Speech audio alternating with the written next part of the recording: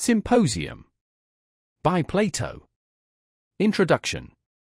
Of all the works of Plato, the Symposium is the most perfect in form, and may be truly thought to contain more than any commentator has ever dreamed of, or, as Goethe said of one of his own writings, more than the author himself knew. For in philosophy as in prophecy, glimpses of the future may often be conveyed in words which could hardly have been understood or interpreted at the time when they were uttered, compare Symp. Which were wiser than the writer of them meant, and could not have been expressed by him if he had been interrogated about them. Yet Plato was not a mystic, nor in any degree affected by the Eastern influences which afterwards overspread the Alexandrian world.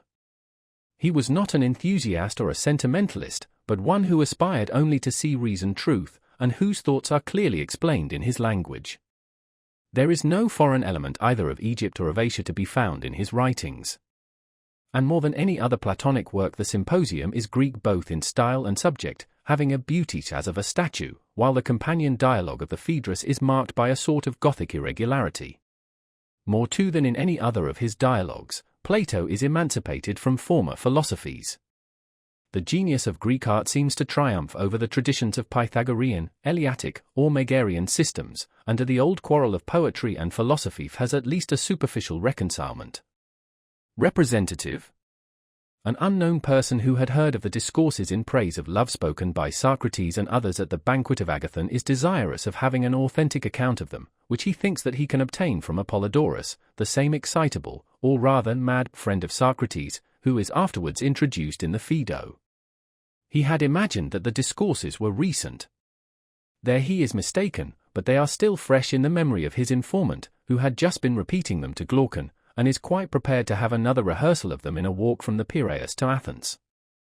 Although he had not been present himself, he had heard them from the best authority. Aristodemus, who is described as having been in past times a humble but inseparable attendant of Socrates, had reported them to him, compare Zen. Mem. The narrative which he had heard was as follows. Aristodemus, meeting Socrates in holiday attire, is invited by him to a banquet at the house of Agathon, who had been sacrificing in thanksgiving for his tragic victory on the day previous.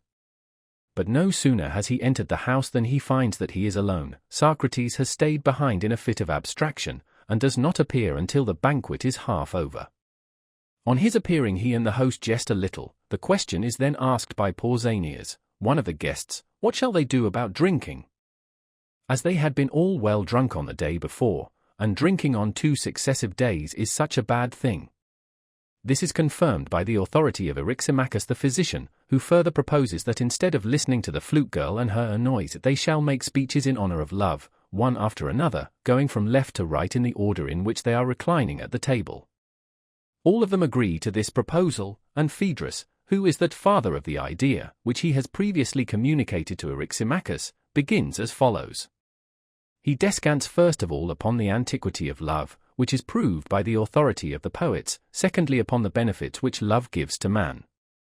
The greatest of these is the sense of honor and dishonor. The lover is ashamed to be seen by the beloved doing or suffering any cowardly or mean act. An estate or army which was made up only of lovers and their loves would be invincible.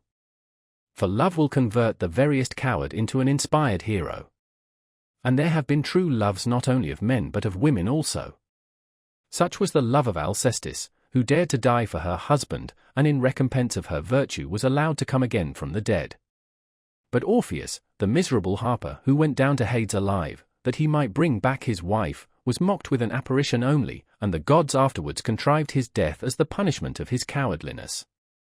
The love of Achilles, like that of Alcestis, was courageous and true, for he was willing to avenge his lover Patroclus, although he knew that his own death would immediately follow, and the gods, who honor the love of the beloved above that of the lover, rewarded him, and sent him to the islands of the blessed. Pausanias, who was sitting next, then takes up the tale. He says that Phaedrus should have distinguished the heavenly love from the earthly, before he praised either. For there are 2 loves, as there are 2 Aphrodites, one the daughter of Uranus, who has no mother and is the elder and wiser goddess, and the other, the daughter of Zeus and Dion, who is popular and common. The first of the 2 loves has a noble purpose, and delights only in the intelligent nature of man, and is faithful to the end, and has no shadow of wantonness or lust. The second is the coarser kind of love, which is a love of the body rather than of the soul, and is of women and boys as well as of men. Now the actions of lovers vary, like every other sort of action, according to the manner of their performance. And in different countries there is a difference of opinion about male loves. Some, like the Boeotians, approve of them, others, like the Ionians, and most of the barbarians, disapprove of them, partly because they are aware of the political dangers which ensue from them, as may be seen in the instance of Harmodius and Aristogiton. At Athens and Sparta there is an apparent contradiction about them.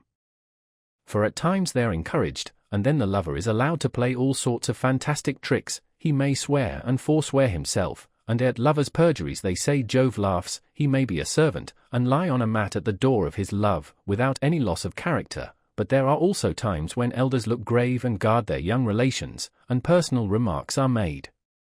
The truth is that some of these loves are disgraceful and others honorable. The vulgar love of the body which takes wing and flies away when the bloom of youth is over, is disgraceful, and so is the interested love of power or wealth, but the love of the noble mind is lasting. The lover should be tested, and the beloved should not be too ready to yield. The rule in our country is that the beloved may do the same service to the lover in the way of virtue which the lover may do to him. A voluntary service to be rendered for the sake of virtue and wisdom is permitted among us, and when these two customs, one the love of youth, the other the practice of virtue and philosophy, meet in one, then the lovers may lawfully unite. Nor is there any disgrace to a disinterested lover in being deceived, but the interested lover is doubly disgraced, for if he loses his love he loses his character, whereas the noble love of the other remains the same, although the object of his love is unworthy, for nothing can be nobler than love for the sake of virtue. This is that love of the heavenly goddess which is of great price to individuals and cities, making them work together for their improvement. The turn of Aristophanes comes next, but he has the hiccup, and therefore proposes that Eryximachus the physician shall cure him or speak in his turn. Eryximachus is ready to do both, and after prescribing for the hiccup, speaks as follows. He agrees with Pausanias in maintaining that there are two kinds of love, but his art has led him to the further conclusion that the empire of this double love extends over all things, and is to be found in animals and plants as well as in man. In the human body also there are two loves, and the art of medicine shows which is the good and which is the bad love, and persuades the body to accept the good and reject the bad, and reconciles conflicting elements and makes them friends. Every art, gymnastic and husbandry as well as medicine, is the reconciliation of opposites, and this is what Heraclitus meant when he spoke of a harmony of opposites, but in strictness he should rather have spoken of a harmony which succeeds opposites, for an agreement of disagreements there cannot be. Music too is concerned with the principles of love in their application to harmony and rhythm. In the abstract, all is simple, and we are not troubled with the twofold love, but when they are applied in education with their accompaniments of song and meter, then the discord begins. Then the old tale has to be repeated of fair Urania and the coarse Polyhymnia, who must be indulged sparingly, just as in my own art of medicine care must be taken that the taste of the epicure be gratified without inflicting upon him the attendant penalty of disease. There is a similar harmony or disagreement in the course of the seasons and in the relations of moist and dry, hot and cold, or frost and blight, and diseases of all sorts spring from the excesses or disorders of the element of love. The knowledge of these elements of love and discord in the heavenly bodies is termed astronomy, in the relations of men towards gods and parents is called divination. For divination is the peacemaker of gods and men, and works by a knowledge of the tendencies of merely human loves to piety and impiety. Such is the power of love, and that love which is just and temperate has the greatest power, and is the source of all our happiness and friendship with the gods and with one another. I dare say that I have omitted to mention many things which you, Aristophanes, may supply, as I perceive that you are cured of the hiccup. Aristophanes is the next speaker. He professes to open a new vein of discourse, in which he begins by treating of the origin of human nature. The sexes were originally three, men, women, and the union of the two, and they were made round, having 4 hands, 4 feet, 2 faces on a round neck, and the rest to correspond. Terrible was their strength and swiftness, and they were essaying to scale heaven and attack the gods. Doubt reigned in the celestial councils, the gods were divided between the desire of quelling the pride of man and the fear of losing the sacrifices. At last Zeus hit upon an expedient. "Let us cut them in 2, he said, then they will only have half their strength, and we shall have twice as many sacrifices. He spake, and split them as you might split an egg with an hair, and when this was done, he told Apollo to give their faces a twist and rearrange their persons, taking out the wrinkles and tying the skin in a knot about the navel. The two halves went about looking for one another, and were ready to die of hunger in one another's arms. Then Zeus invented an adjustment of the sexes, which enabled them to marry and go their way to the business of life. Now the characters of men differ accordingly as they are derived from the original man or the original woman, or the original man-woman. Those who come from the man-woman are lascivious and adulterous, those who come from the woman form female attachments, those who are a section of the male follow the male and embrace him, and in him all their desires center. The pair are inseparable and live together in pure and manly affection, yet they cannot tell what they want of one another. But if Hephaestus were to come to them with his instruments and propose that they should be melted into one and remain one here and hereafter, they would acknowledge that this was the very expression of their want. For love is the desire of the whole, and the pursuit of the whole is called love. There was a time when the two sexes were only one, but now God has halved them, much as the Lacedaemonians have cut up the Arcadians, and if they do not behave themselves he will divide them again, and they will hop about with half a nose and face in basso relievo. Wherefore let us exhort all men to piety, that we may obtain the goods of which love is the author, and be reconciled to God, and find our own true loves, which rarely happens in this world. And now I must beg you not to suppose that I am alluding to Pausanias and Agathon, compare Protag, for my words refer to all mankind everywhere. Some raillery ensues first between Aristophanes and Eryximachus, and then between Agathon, who fears a few select friends more than any number of spectators at the theatre, and Socrates, who is disposed to begin an argument. This is speedily repressed by Phaedrus, who reminds the disputants of their tribute to the god. Agathon's speech follows. He will speak of the god first and then of his gifts. He is the fairest and blessedest and best of the gods, and also the youngest, having had no existence in the old days of Iapetus and Cronos when the gods were at war. The things that were done then were done of necessity and not of love. For love is young and dwells in soft places, not like Ate in Homer, walking on the skulls of men, but in their hearts and souls, which are soft enough. He is all flexibility and grace, and his habitation is among the flowers, and he cannot do or suffer wrong, for all men serve and obey him of their own free will, and where there is love there is obedience, and where obedience, there is justice, for none can be wronged of his own free will. And he is temperate as well as just, for he is the ruler of the desires, and if he rules them he must be temperate. Also he is courageous, for he is the conqueror of the Lord of War. And he is wise too, for he is a poet, and the author of poesy in others. He created the animals, he is the inventor of the arts, all the gods are his subjects, he is the fairest and best himself, and the cause of what is fairest and best in others, he makes men to be of one mind at a banquet, filling them with affection and emptying them of disaffection, the pilot, helper, defender, saviour of men, in whose footsteps let every man follow, chanting a strain of love. Such is the discourse, half playful, half serious, which I dedicate to the god. The turn of Socrates comes next. He begins by remarking satirically that he has not understood the terms of the original agreement, for he fancied that they meant to speak the true praises of love, but now he finds that they only say what is good of him, whether true or false.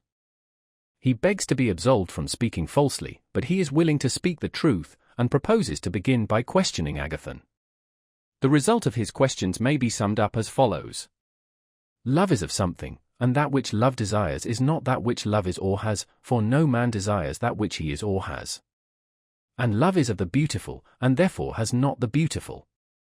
And the beautiful is the good, and therefore, in wanting and desiring the beautiful, love also wants and desires the good.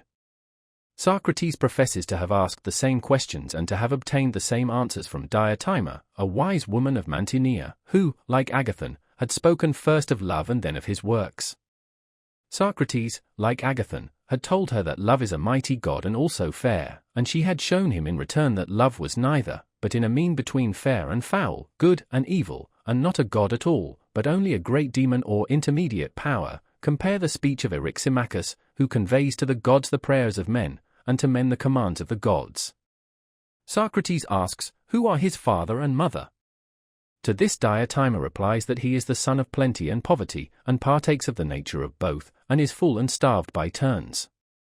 Like his mother he is poor and squalid, lying on mats at doors. Compare the speech of Pausanias. Like his father he is bold and strong, and full of arts and resources. Further, he is in a mean between ignorance and knowledge. In this he resembles the philosopher who is also in a mean between the wise and the ignorant. Such is the nature of love, who is not to be confused with the beloved. But love desires the beautiful, and then arises the question, what does he desire of the beautiful? He desires, of course, the possession of the beautiful, but what is given by that?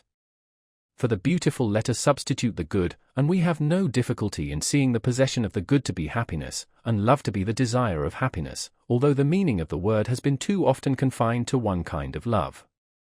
And love desires not only the good, but the everlasting possession of the good. Why then is there all this flutter and excitement about love? Because all men and women at a certain age are desirous of bringing to the birth. And love is not of beauty only, but of birth in beauty. This is the principle of immortality in a mortal creature. When beauty approaches, then the conceiving power is benign and diffuse. When foulness, she is averted and morose. But why again does this extend not only to men but also to animals? Because they too have an instinct of immortality. Even in the same individual there is a perpetual succession as well of the parts of the material body as of the thoughts and desires of the mind, nay, even knowledge comes and goes. There is no sameness of existence, but the new mortality is always taking the place of the old. This is the reason why parents love their children, for the sake of immortality, and this is why men love the immortality of fame.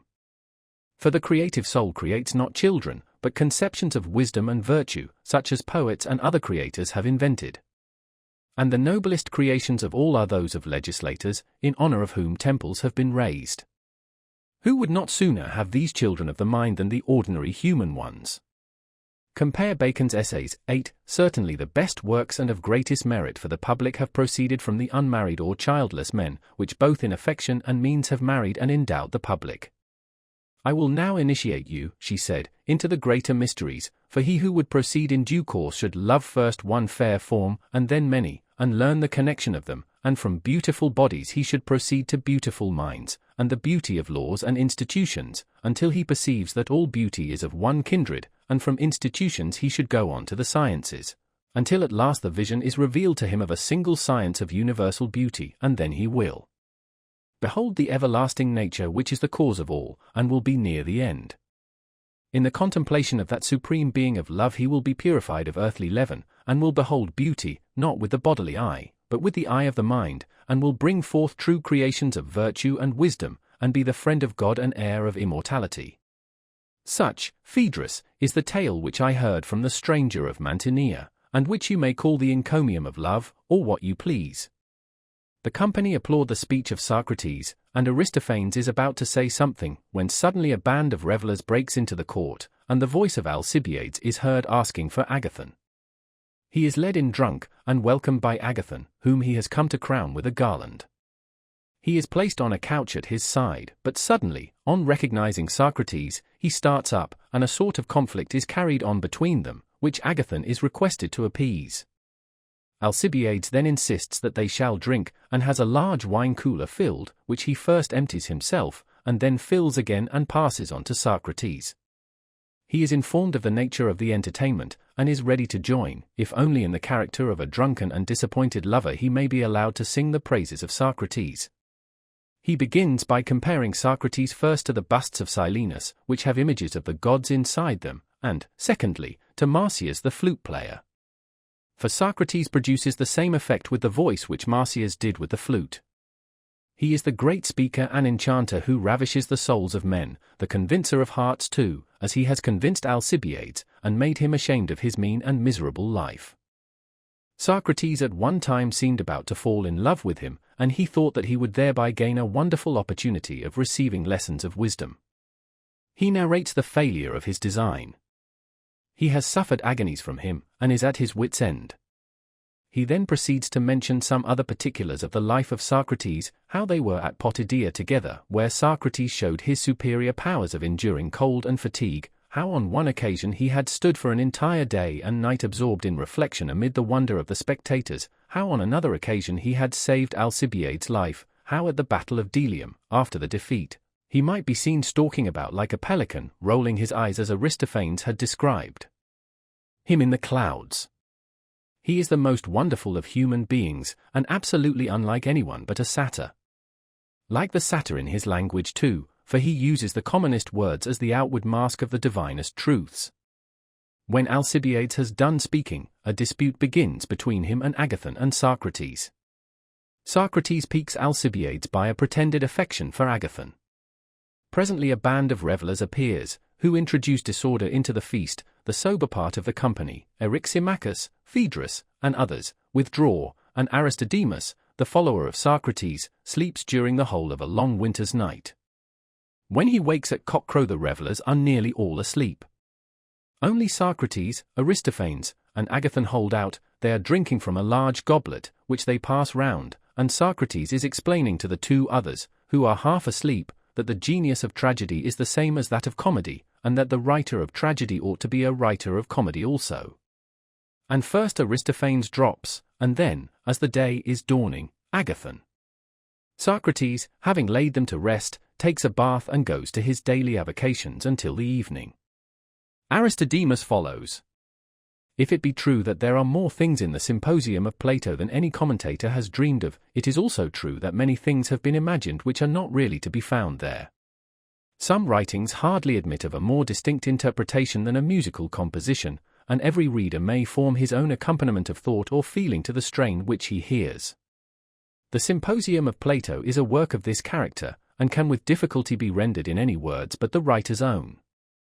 There are so many half-lights and cross-lights, so much of the colour of mythology, and of the manner of sophistry adhering, rhetoric and poetry, the playful and the serious, are so subtly intermingled in it, and vestiges of old philosophy so curiously blend with germs of future knowledge, that agreement among interpreters is not to be expected. The expression Pima magis putandum quam comicorum poeterum, which has been applied to all the writings of Plato, is especially applicable to the Symposium. The power of love is represented in the Symposium as running through all nature and all being, at one end descending to animals and plants, and attaining to the highest vision of truth at the other. In an age when man was seeking for an expression of the world around him, the conception of love greatly affected him. One of the first distinctions of language and of mythology was that of gender, and at a later period the ancient physicist, anticipating modern science, saw, or thought that he saw, as sex in plants. There were elective affinities among the elements, marriages of earth and heaven. Esh. Frag. Dan. Love became a mythic personage whom philosophy, borrowing from poetry, converted into an efficient cause of creation. The traces of the existence of love, as of number and figure, were everywhere discerned, and in the Pythagorean list of opposites male and female were ranged side by side with odd and even, finite and infinite. But Plato seems also to be aware that there is a mystery of love in man as well as in nature, extending beyond the mere immediate relation of the sexes. He is conscious that the highest and noblest things in the world are not easily severed from the sensual desires, or may even be regarded as a spiritualized form of them.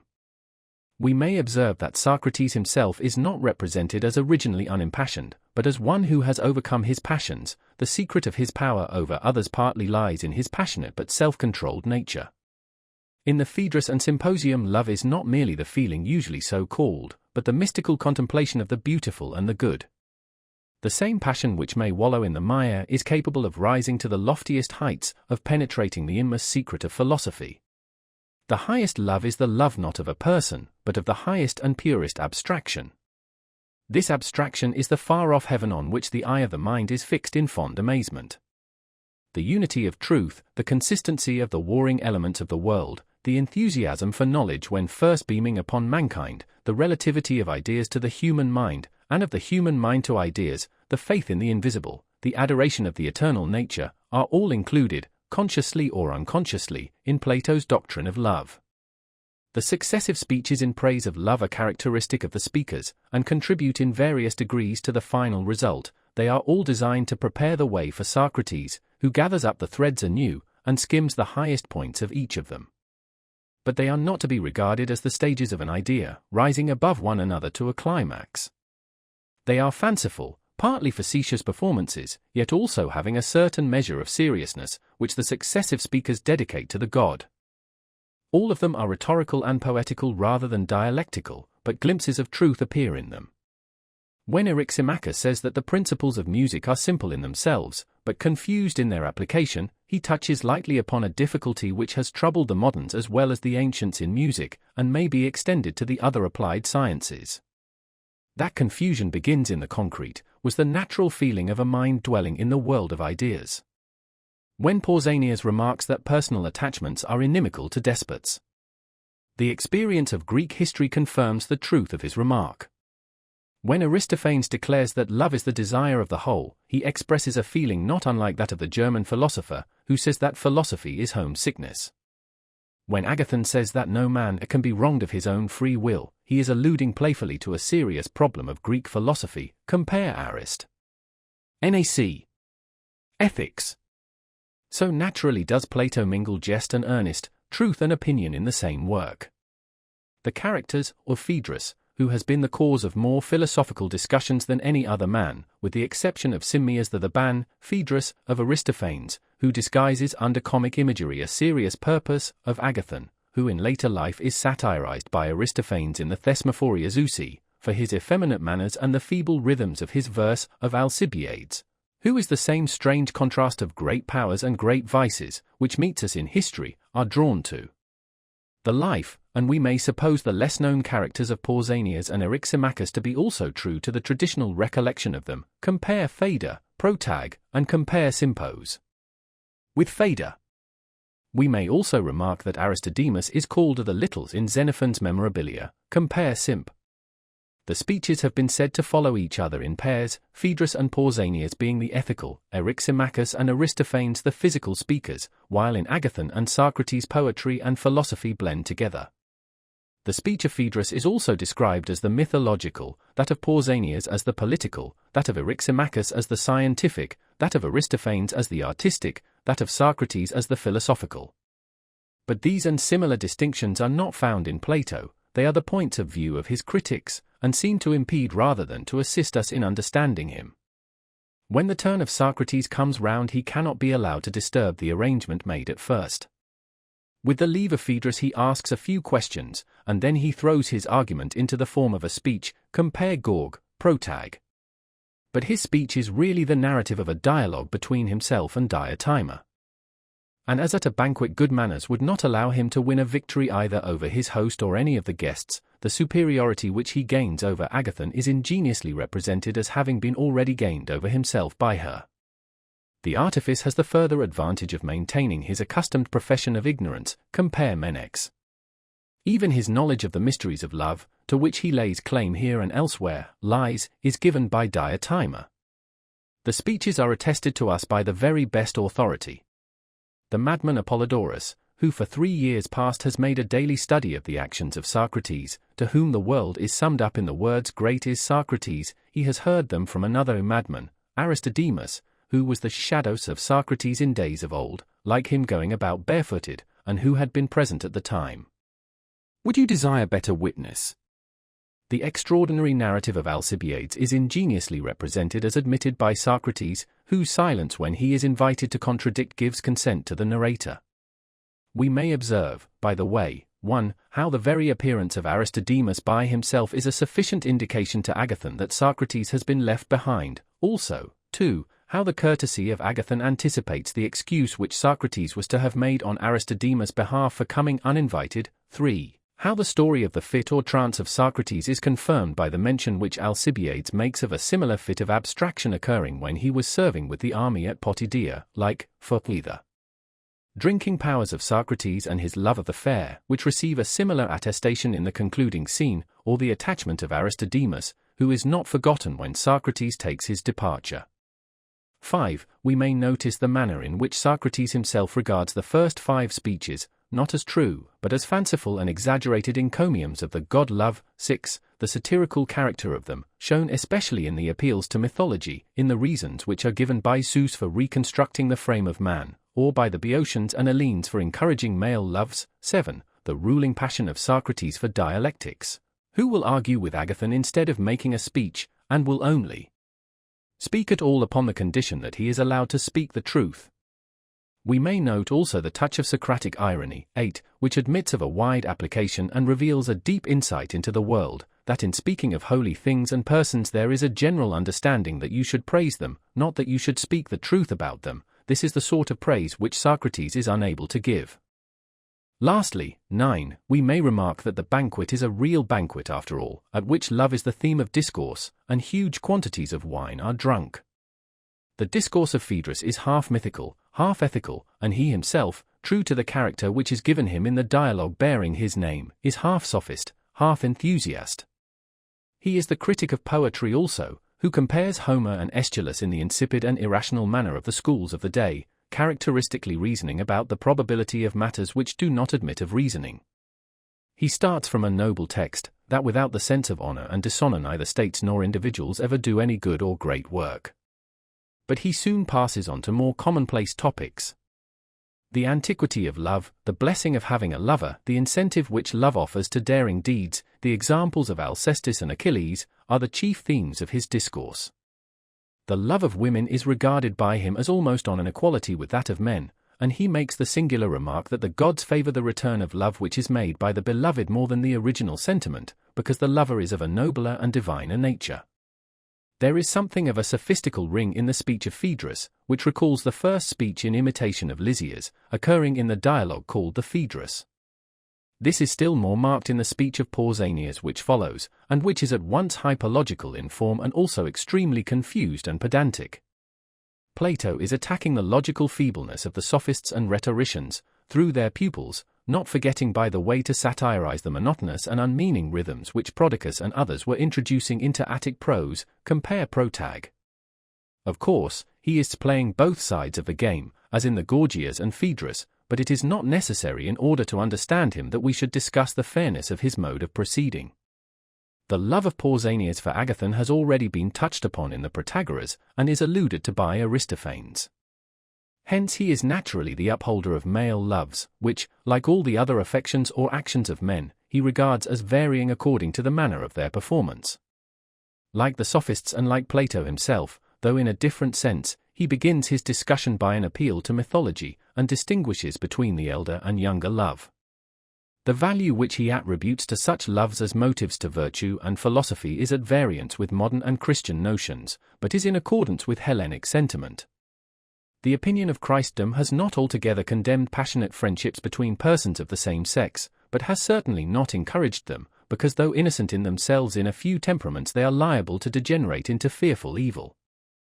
Pausanias is very earnest in the defense of such loves, and he speaks of them as generally approved among Hellenes and disapproved by barbarians. His speech is more words than matter, and might have been composed by a pupil of Lysias or of Prodicus, although there is no hint given that Plato is specially referring to them. As Eryximachus says, he makes a fair beginning, but a lame ending. Plato transposes the two next speeches, as in the Republic he would transpose the virtues and the mathematical sciences. This is done partly to avoid monotony, partly for the sake of making Aristophanes the cause of wit in others, and also in order to bring the comic and tragic poet into juxtaposition, as if by accident. A suitable expectation of Aristophanes is raised by the ludicrous circumstance of his having the hiccup, which is appropriately cured by his substitute, the physician Eryximachus. To Eryximachus love is the good physician. He sees everything as an intelligent physicist, and, like many professors of his art in modern times, attempts to reduce the moral to the physical, or recognizes one law of love which pervades them both. There are loves and strifes of the body as well as of the mind. Like Hippocrates the Asclepiad, he is a disciple of Heraclitus, whose conception of the harmony of opposites he explains in a new way as the harmony after discord. To his common sense, as to that of many moderns as well as ancients, the identity of contradictories is an absurdity. His notion of love may be summed up as the harmony of man with himself in soul as well as body, and of all things in heaven and earth with one another. Aristophanes is ready to laugh and make laugh before he opens his mouth, just as Socrates, true to his character, is ready to argue before he begins to speak. He expresses the very genius of the old comedy, its coarse and forcible imagery, and the license of its language in speaking about the gods. He has no sophistical notions about love, which is brought back by him to its common-sense meaning of love between intelligent beings. His account of the origin of the sexes has the greatest, comic, probability and verisimilitude. Nothing in Aristophanes is more truly Aristophanic than the description of the human monster whirling round on 4 arms and 4 legs, 8 in all, with incredible rapidity. Yet there is a mixture of earnestness in this jest. 3 serious principles seem to be insinuated. First, that man cannot exist in isolation, he must be reunited if he is to be perfected. Secondly, that love is the mediator and reconciler of poor, divided human nature. Thirdly, that the loves of this world are an indistinct anticipation of an ideal union which is not yet realized. The speech of Agathon is conceived in a higher strain, and receives the real, if half ironical, approval of Socrates. It is the speech of the tragic poet and a sort of poem, like tragedy, moving among the gods of Olympus, and not among the elder or Orphic deities. In the idea of the antiquity of love he cannot agree. Love is not of the olden time, but present and youthful ever. The speech may be compared with that speech of Socrates in the Phaedrus in which he describes himself as talking dithyrambs.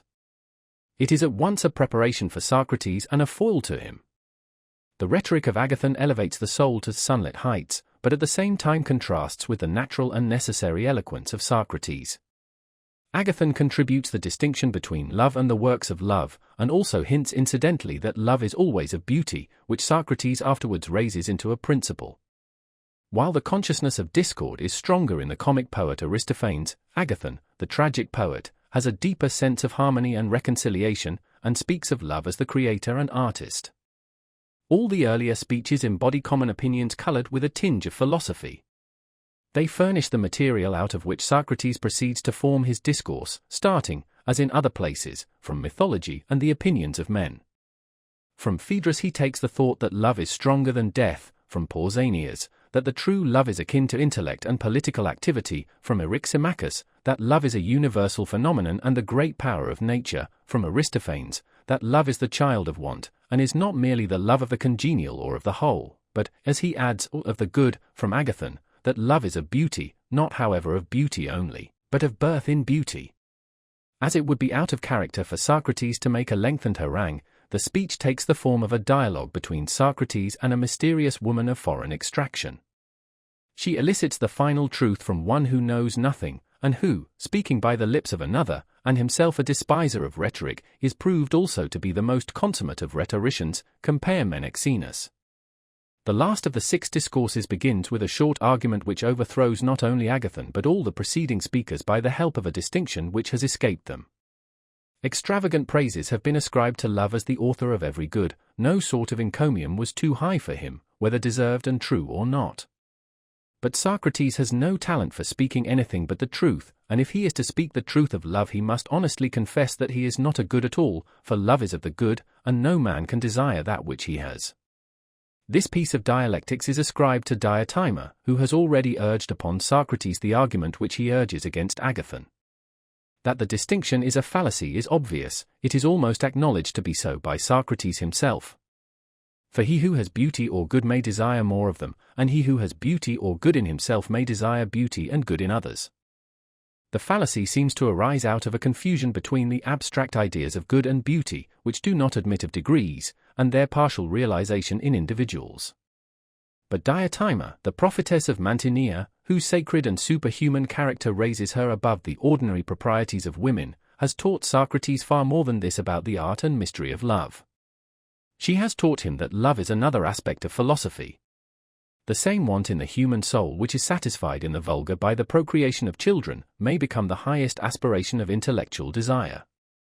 As the Christian might speak of hungering and thirsting after righteousness, or of divine loves under the figure of human, compare f. This is a great mystery, but I speak concerning Christ and the Church, as the medieval saint might speak of the Fruitio Dei. As Dante saw all things contained in his love of Beatrice, so Plato would have us absorb all other loves and desires in the love of knowledge.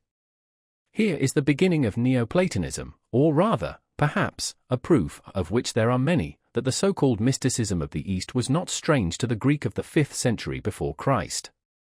The first tumult of the affections was not wholly subdued, there were longings of a creature moving about in worlds not realized, which no art could satisfy. To most men reason and passion appear to be antagonistic both in idea and fact. the union of the greatest comprehension of knowledge and the burning intensity of love is a contradiction in nature, which may have existed in a far-off primeval age in the mind of some Hebrew prophet or other Eastern sage, but has now become an imagination only. Yet this passion of the reason is the theme of the Symposium of Plato. And as there is no impossibility in supposing that one king, or son of a king, may be a philosopher, so also there is a probability that there may be some few, perhaps one or two in a whole generation, in whom the light of truth may not lack the warmth of desire. And if there be such natures, no one will be disposed to deny that from them flow most of the benefits of individuals and states, and even from imperfect combinations of the two elements in teachers or statesmen great good may often arise. Yet there is a higher region in which love is not only felt, but satisfied, in the perfect beauty of eternal knowledge, beginning with the beauty of earthly things, and at last reaching a beauty in which all existence is seen to be harmonious and one. The limited affection is enlarged, and enabled to behold the ideal of all things. And here the highest summit which is reached in the Symposium is seen also to be the highest summit which is attained in the Republic, but approached from another side, and there is a way upwards and downwards, which is the same and not the same in both. The ideal beauty of the one is the ideal good of the other, regarded not with the eye of knowledge, but of faith and desire, and they are respectively the source of beauty and the source of good in all other things. And by the steps of a ladder reaching to heaven, for we pass from images of visible beauty, Greek, and from the hypotheses of the mathematical sciences, which are not yet based upon the idea of good, through the concrete to the abstract, and, by different paths arriving, behold the vision of the eternal, compare Symp. Greek, Republic, Greek, also Phaedrus. Under one aspect the idea is love, under another, truth. In both the lover of wisdom is the spectator of all time and of all existence. This is a mystery in which Plato also obscurely intimates the union of the spiritual and fleshly, the interpenetration of the moral and intellectual faculties. The divine image of beauty which resides within Socrates has been revealed, the Silenus, or outward man, has now to be exhibited. The description of Socrates follows immediately after the speech of Socrates, one is the complement of the other. At the height of divine inspiration, when the force of nature can no further go, by way of contrast to this extreme idealism, Alcibiades, accompanied by a troop of revellers and a flute girl, staggers in, and being drunk is able to tell of things which he would have been ashamed to make known if he had been sober. The state of his affections towards Socrates, unintelligible to us and perverted as they appear, affords an illustration of the power ascribed to the loves of man in the speech of Pausanias. He does not suppose his feelings to be peculiar to himself. There are several other persons in the company who have been equally in love with Socrates, and like himself have been deceived by him. The singular part of this confession is the combination of the most degrading passion with the desire of virtue and improvement.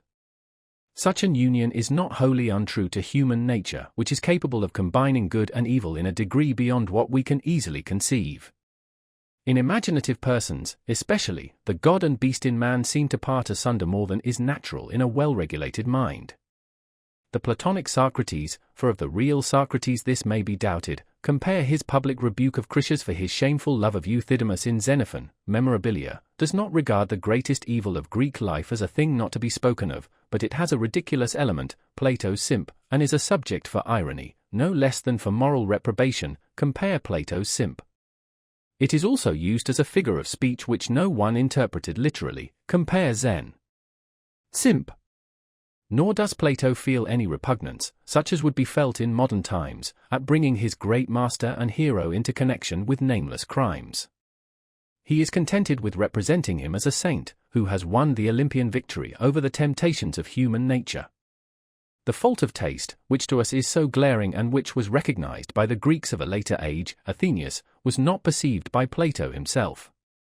We are still more surprised to find that the philosopher is incited to take the first step in his upward progress, Symp, by the beauty of young men and boys, which was alone capable of inspiring the modern feeling of romance in the Greek mind. The passion of love took the spurious form of an enthusiasm for the ideal of beauty, a worship as of some godlike image of an Apollo or Antinous. But the love of youth when not depraved was a love of virtue and modesty as well as of beauty, the one being the expression of the other, and in certain Greek states, especially at Sparta and Thebes, the honorable attachment of a youth to an elder man was a part of his education. their army of lovers and their beloved who would be invincible if they could be united by such a tie. Our Symp is not a mere fiction of Plato's, but seems actually to have existed at Thebes in the days of Epaminondas and Pelopidas, if we may believe writers cited anonymously by Plutarch, Pelop. Vit. It is observable that Plato never in the least degree excuses the depraved love of the body. Compare charm, representative, laws, Symp, and once more Xenophon, Mem, nor is there any Greek writer of mark who condones or approves such connections. But owing partly to the puzzling nature of the subject, these friendships are spoken of by Plato in a manner different from that customary among ourselves. To most of them we should hesitate to ascribe, any more than to the attachment of Achilles and Patroclus in Homer, an immoral or licentious character. There were many, doubtless, to whom the love of the fair mind was the noblest form of friendship, representative, and who deemed the friendship of man with man to be higher than the love of woman, because altogether separated from the bodily appetites. The existence of such attachments may be reasonably attributed to the inferiority and seclusion of woman, and the want of a real family or social life and parental influence in Hellenic cities, and they were encouraged by the practice of gymnastic exercises, by the meetings of political clubs, and by the tie of military companionship. They were also an educational institution. A young person was specially entrusted by his parents to some elder friend who was expected by them to train their son in manly exercises and in virtue.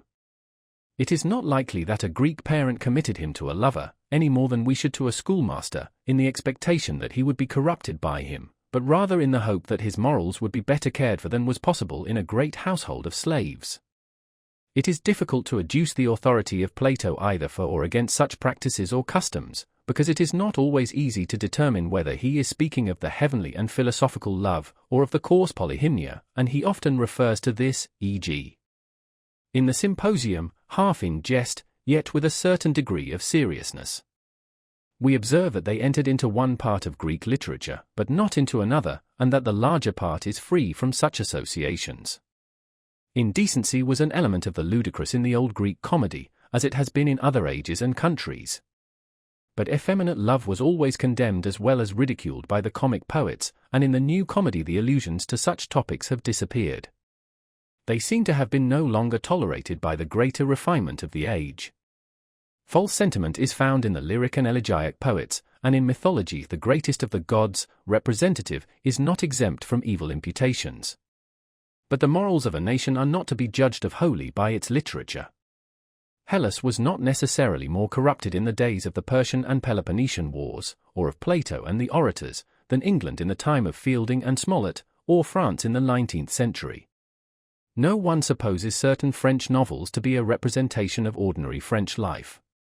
And the greater part of Greek literature, beginning with Homer and including the tragedians, philosophers, and, with the exception of the comic poets, whose business was to raise a laugh by whatever means, all the greater writers of Hellas who have been preserved to us, are free from the taint of indecency. Some general considerations occur to our mind when we begin to reflect on this subject.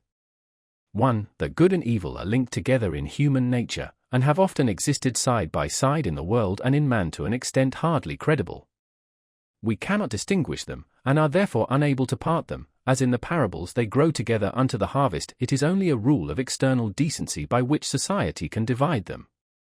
Nor should we be right in inferring from the prevalence of any one vice or corruption that a state or individual was demoralized in their whole character. Not only has the corruption of the best been sometimes thought to be the worst, but it may be remarked that this very excess of evil has been the stimulus to good. Compare Plato, Laws, where he says that in the most corrupt cities individuals are to be found beyond all praise. 2. It may be observed that evils which admit of degrees can seldom be rightly estimated, because under the same name actions of the most different degrees of culpability may be included. No charge is more easily set going than the imputation of secret wickedness, which cannot be either proved or disproved and often cannot be defined, when directed against a person of whom the world, or a section of it, is predisposed to think evil. And it is quite possible that the malignity of Greek scandal, aroused by some personal jealousy or party enmity, may have converted the innocent friendship of a great man for a noble youth into a connection of another kind. Such accusations were brought against several of the leading men of Hellas, e.g. Simon, Alcibiades, Critias, Demosthenes, Epaminondas. Several of the Roman emperors were assailed by similar weapons which have been used even in our own day against statesmen of the highest character. 3. While we know that in this matter there is a great gulf fixed between Greek and Christian ethics, yet, if we would do justice to the Greeks, we must also acknowledge that there was a greater outspokenness among them than among ourselves about the things which nature hides, and that the more frequent mention of such topics is not to be taken as the measure of the prevalence of offences, or as a proof of the general corruption of society. It is likely that every religion in the world has used words or practiced rites in one age, which have become distasteful or repugnant to another. We cannot, though for different reasons, trust the representations either of comedy or satire, and still less of Christian apologists. For, we observe that at Thebes and Lacedaemon the attachment of an elder friend to a beloved youth was often deemed to be a part of his education, and was encouraged by his parents. It was only shameful if it degenerated into licentiousness.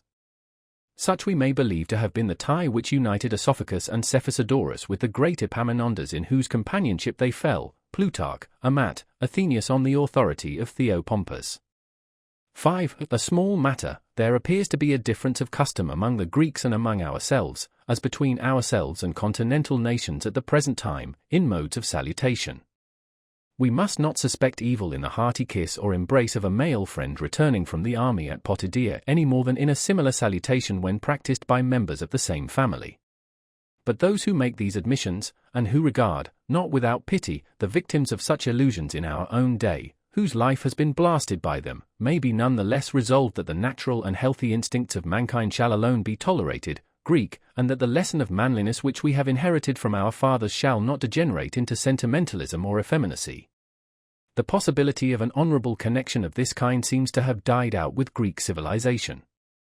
Among the Romans, and also among barbarians, such as the Celts and Persians, there is no trace of such attachments existing in any noble or virtuous form.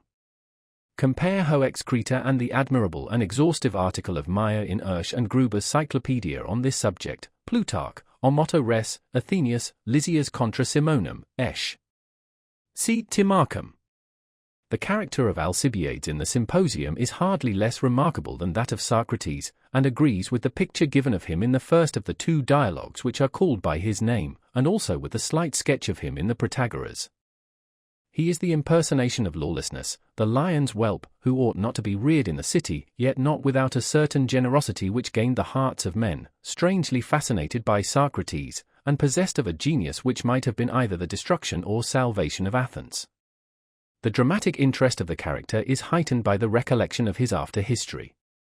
He seems to have been present to the mind of Plato in the description of the democratic man of the Republic. Compare also Alcibiades 1. There is no criterion of the date of the Symposium, except that which is furnished by the allusion to the division of Arcadia after the destruction of Mantinea. This took place in the year BC 384, which is the 44th year of Plato's life. The Symposium cannot therefore be regarded as a youthful work.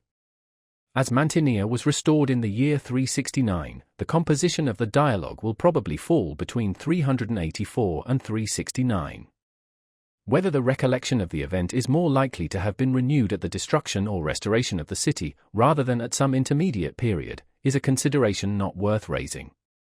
The Symposium is connected with the Phaedrus both in style and subject. They are the only dialogues of Plato in which the theme of love is discussed at length.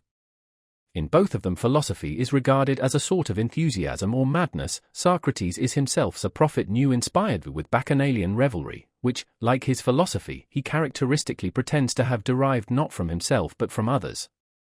The Phaedo also presents some points of comparison with the Symposium.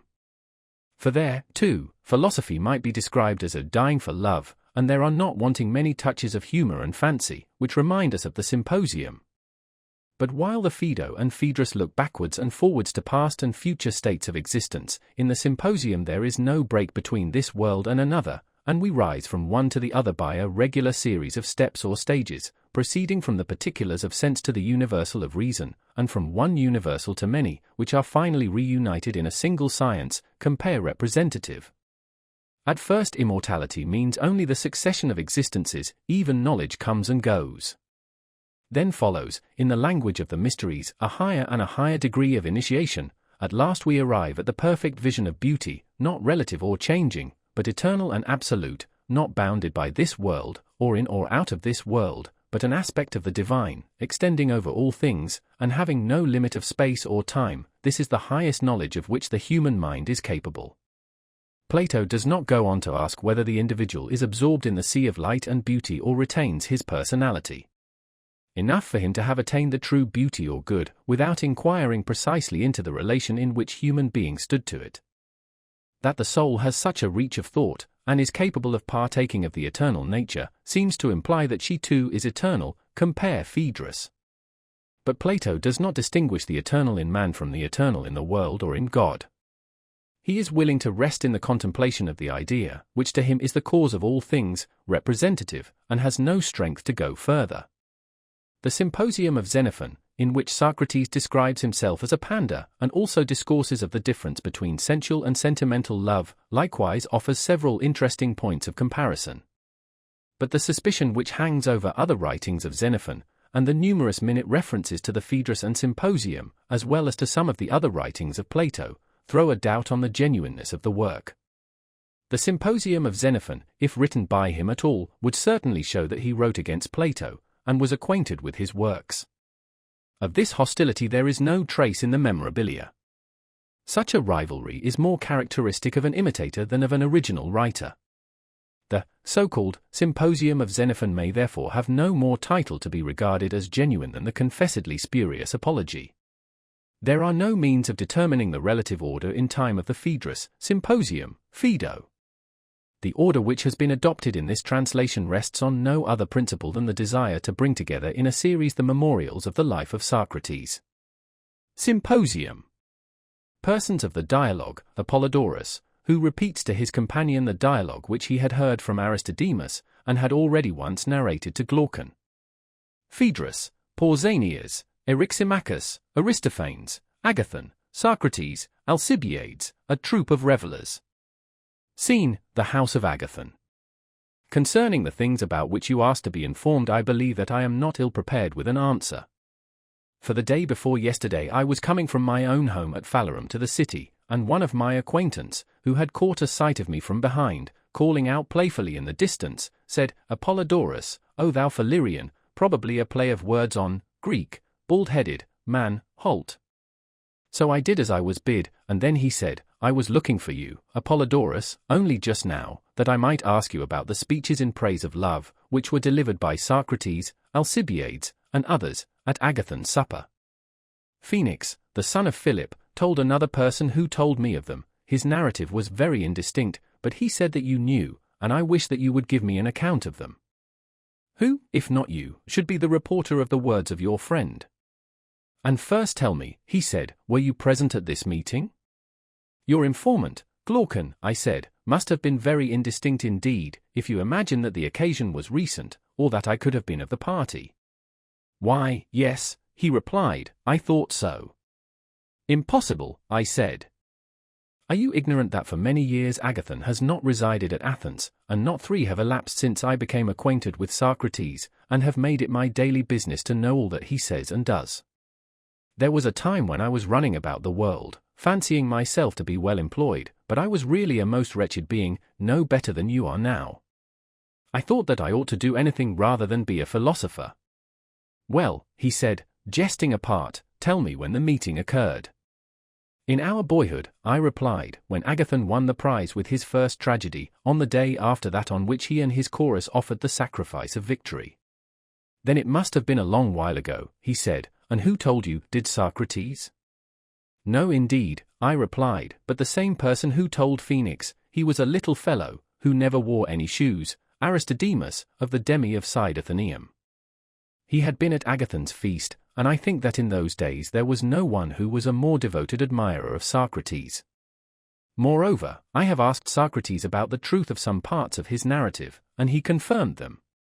Then, said Glaucon, let us have the tale over again, is not the road to Athens just made for conversation?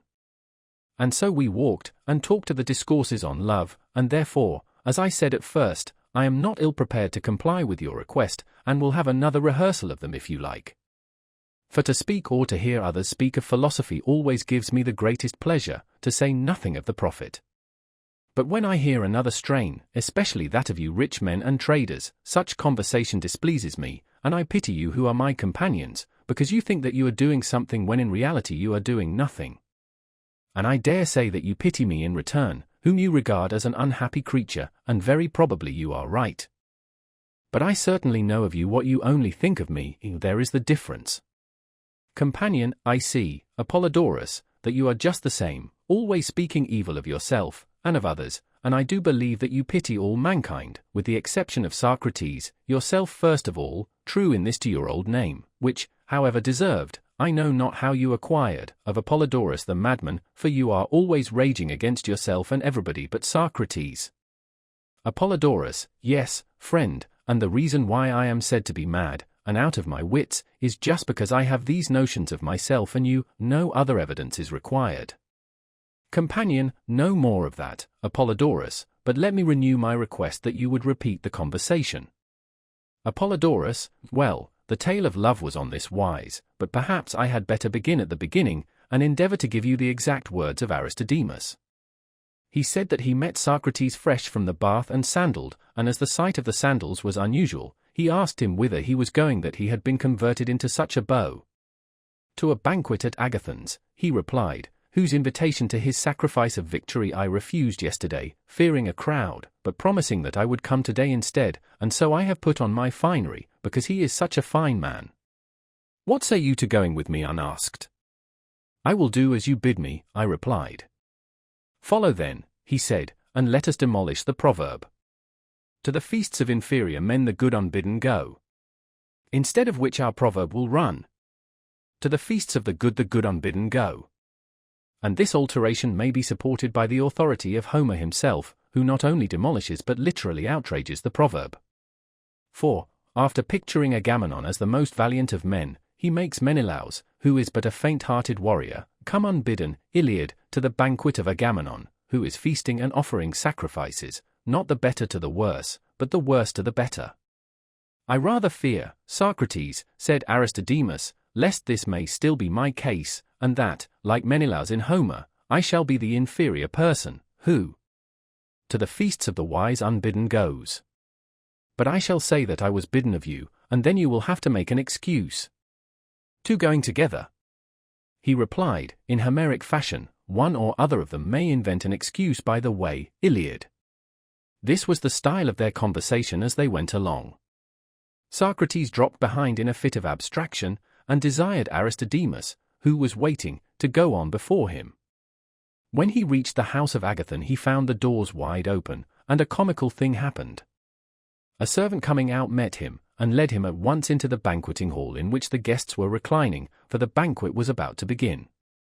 Welcome, Aristodemus, said Agathon, as soon as he appeared, you are just in time to sup with us, if you come on any other matter put it off, and make one of us, as I was looking for you yesterday and meant to have asked you, if I could have found you. But what have you done with Socrates? I turned round, but Socrates was nowhere to be seen, and I had to explain that he had been with me a moment before, and that I came by his invitation to the supper. You were quite right in coming, said Agathon, but where is he himself? He was behind me just now, as I entered, he said, and I cannot think what has become of him.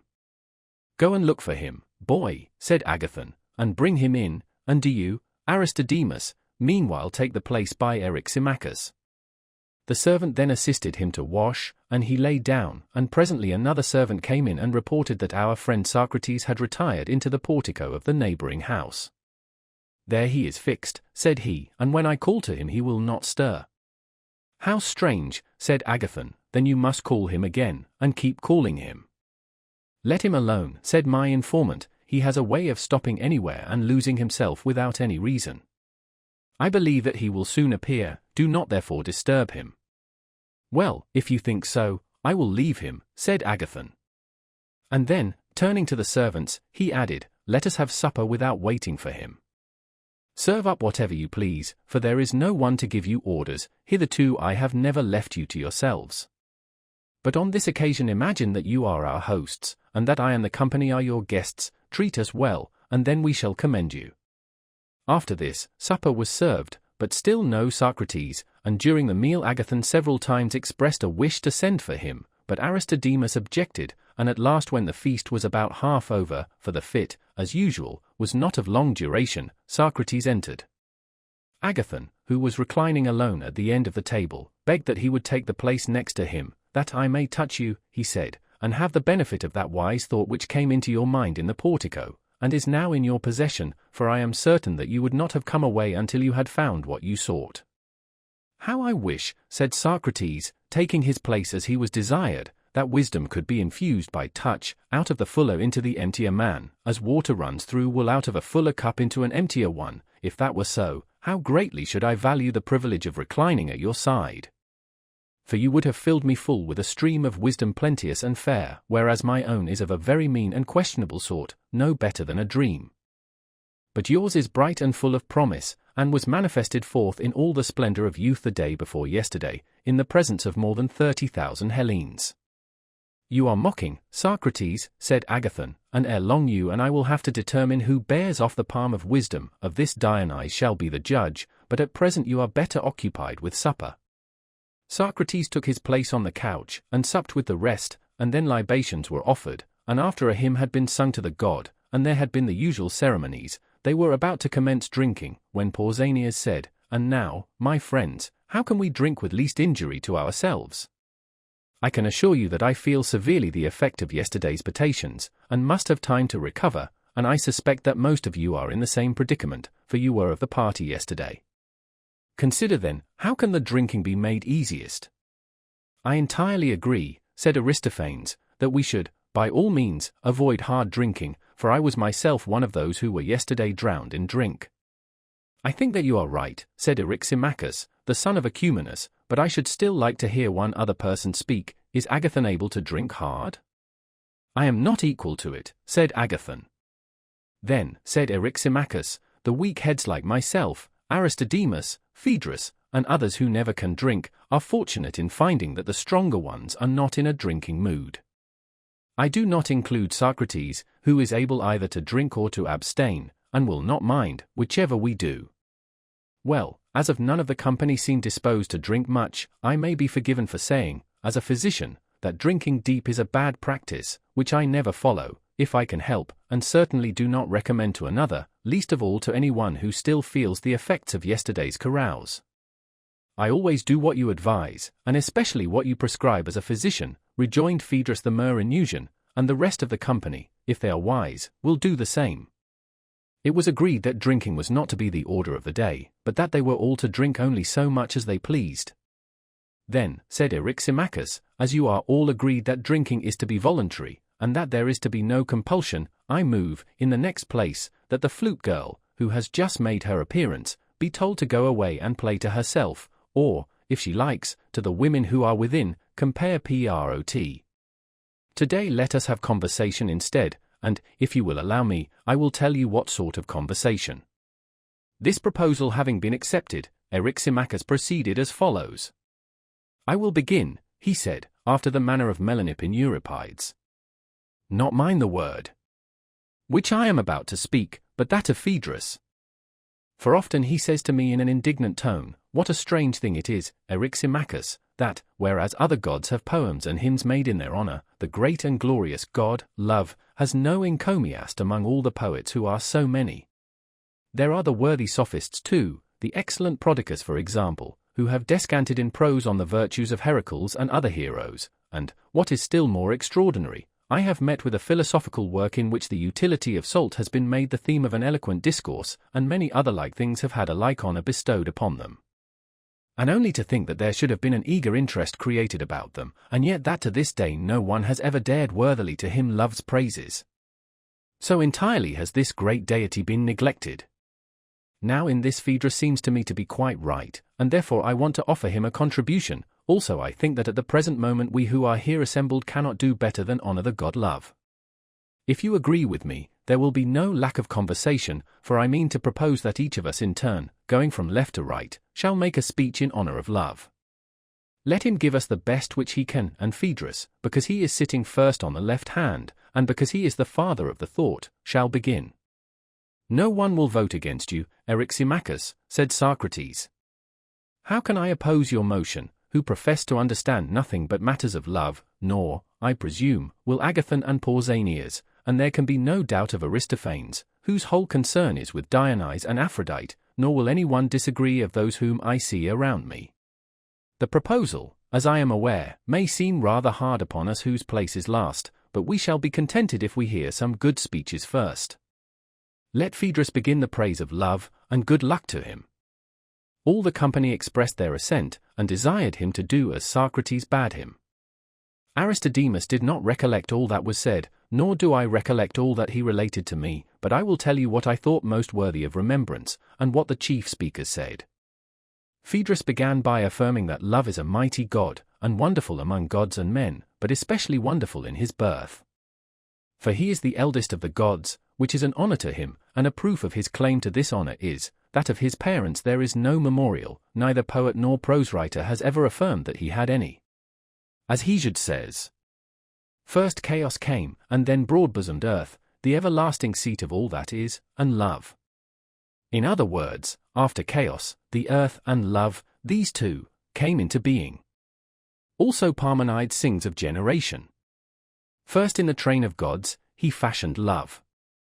And Acusilaus agrees with Hesiod. Thus numerous are the witnesses who acknowledge love to be the eldest of the gods.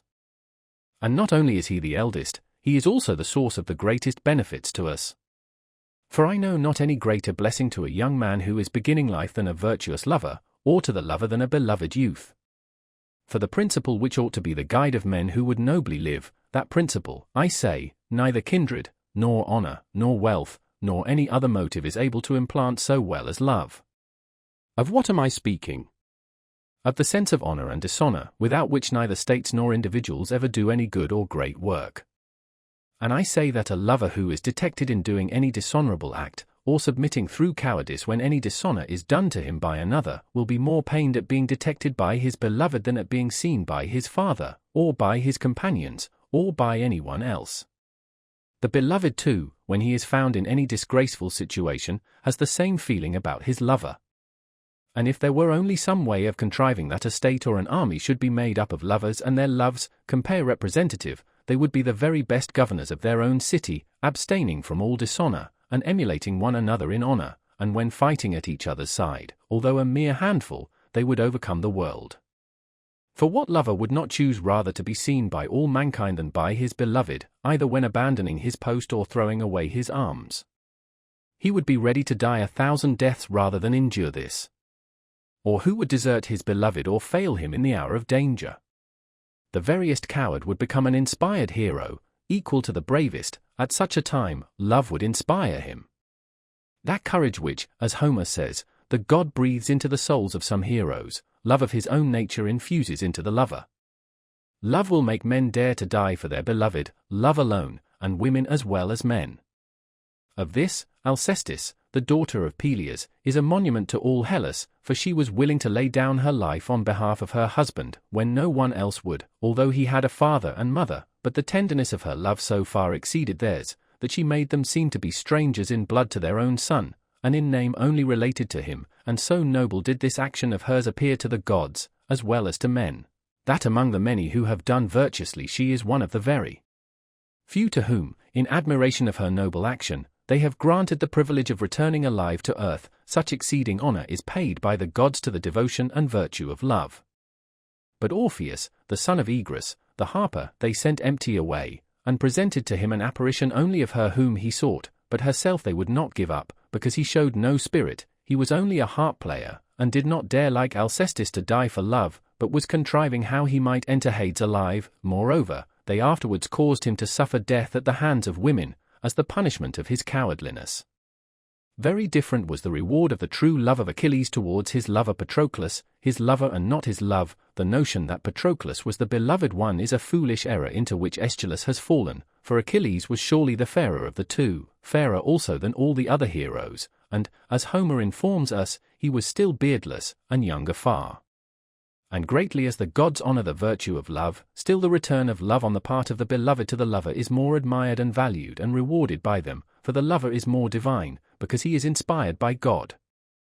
Now Achilles was quite aware, for he had been told by his mother, that he might avoid death and return home, and live to a good old age, if he abstained from slaying Hector.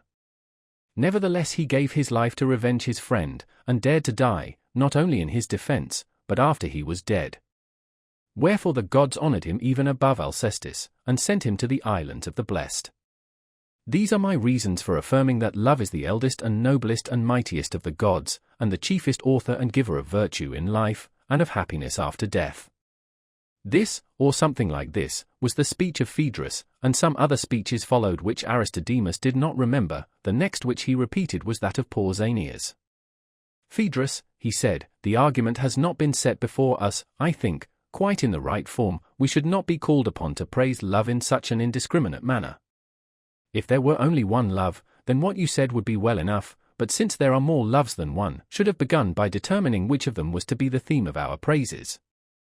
I will amend this defect, and first of all I will tell you which love is deserving of praise, and then try to him the praiseworthy one in a manner worthy of him. For we all know that love is inseparable from Aphrodite, and if there were only one Aphrodite there would be only one love, but as there are two goddesses there must be two loves.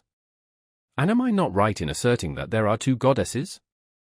The elder one, having no mother, who is called the heavenly Aphrodite, she is the daughter of Uranus. The younger, who is the daughter of Zeus and Dion, her we call common, and the love who is her fellow-worker is rightly named common, as the other love is called heavenly. All the gods ought to have praise given to them, but not without distinction of their natures, and therefore I must try to distinguish the characters of the two loves. Now actions vary according to the manner of their performance.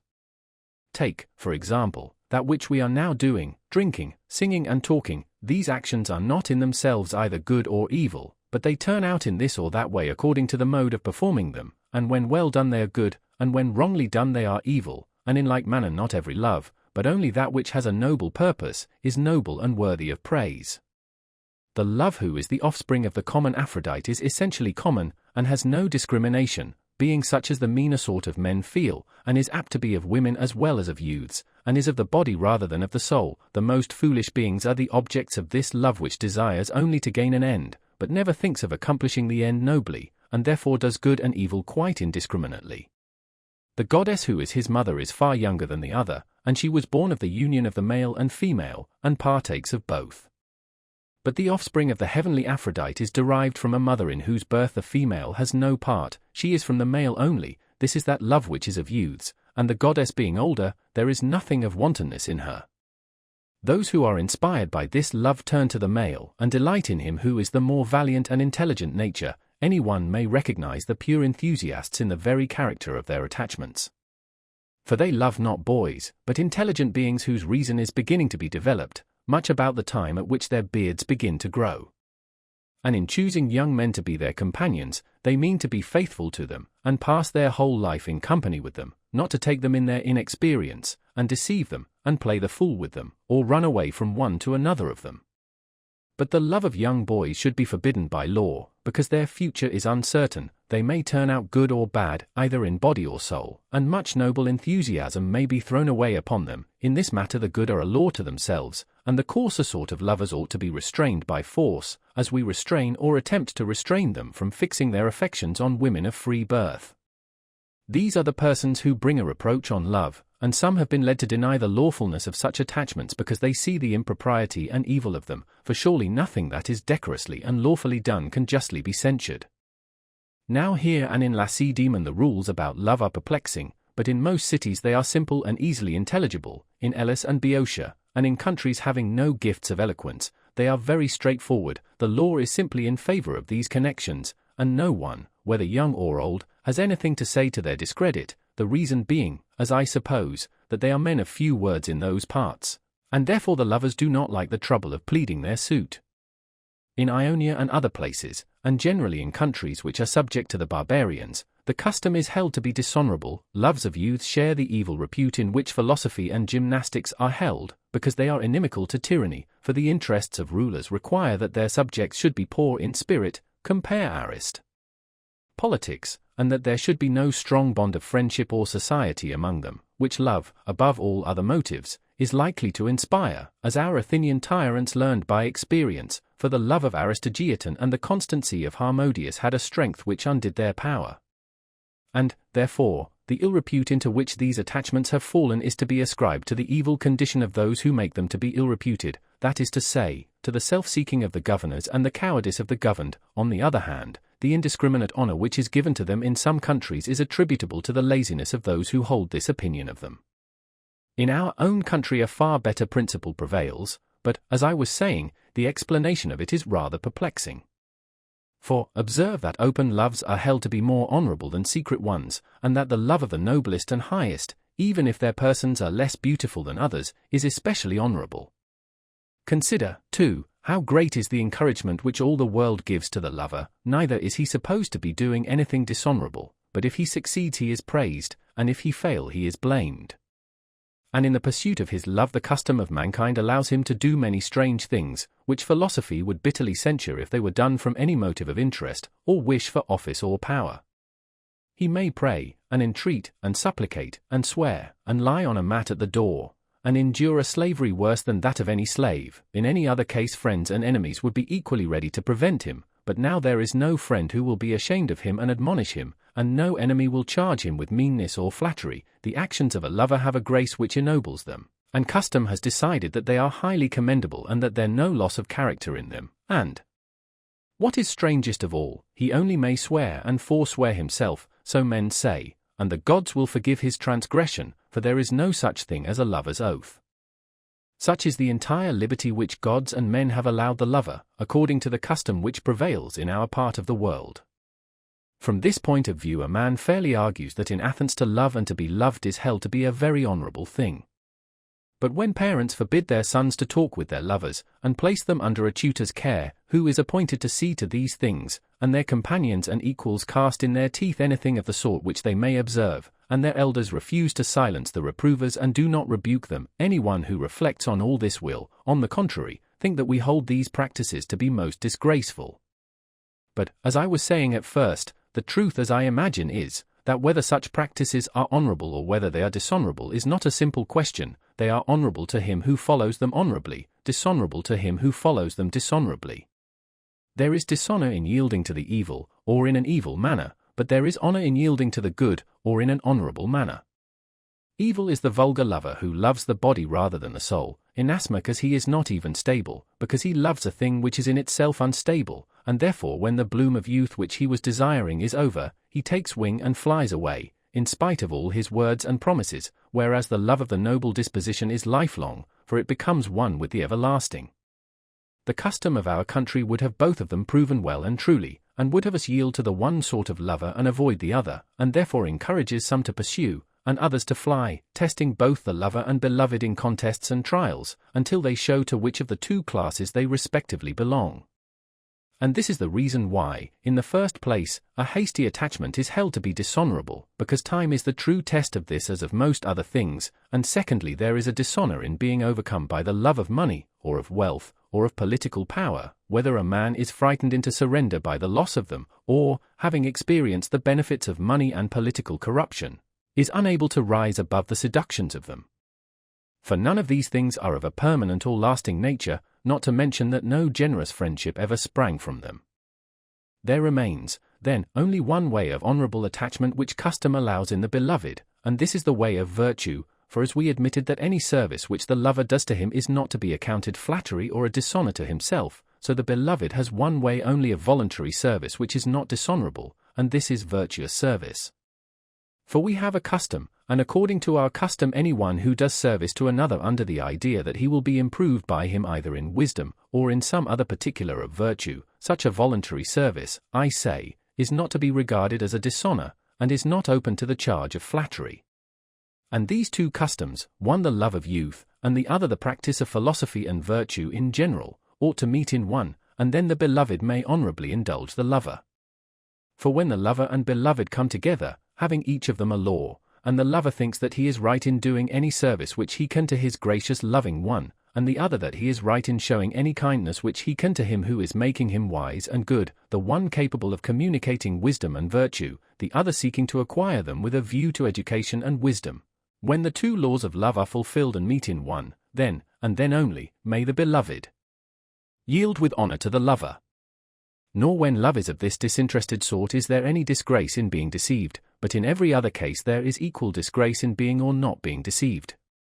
For he who is gracious to his lover under the impression that he is rich, and is disappointed of his gains because he turns out to be poor, is disgraced all the same, for he has done his best to show that he would give himself up to any one's use is base for the sake of money, but this is not honorable. And on the same principle he who gives himself to a lover because he is a good man, and in the hope that he will be improved by his company, shows himself to be virtuous, even though the object of his affection turn out to be a villain, and to have no virtue, and if he is deceived he has committed a noble error. For he has proved that for his part he will do anything for anybody with a view to virtue and improvement, than which there can be nothing nobler.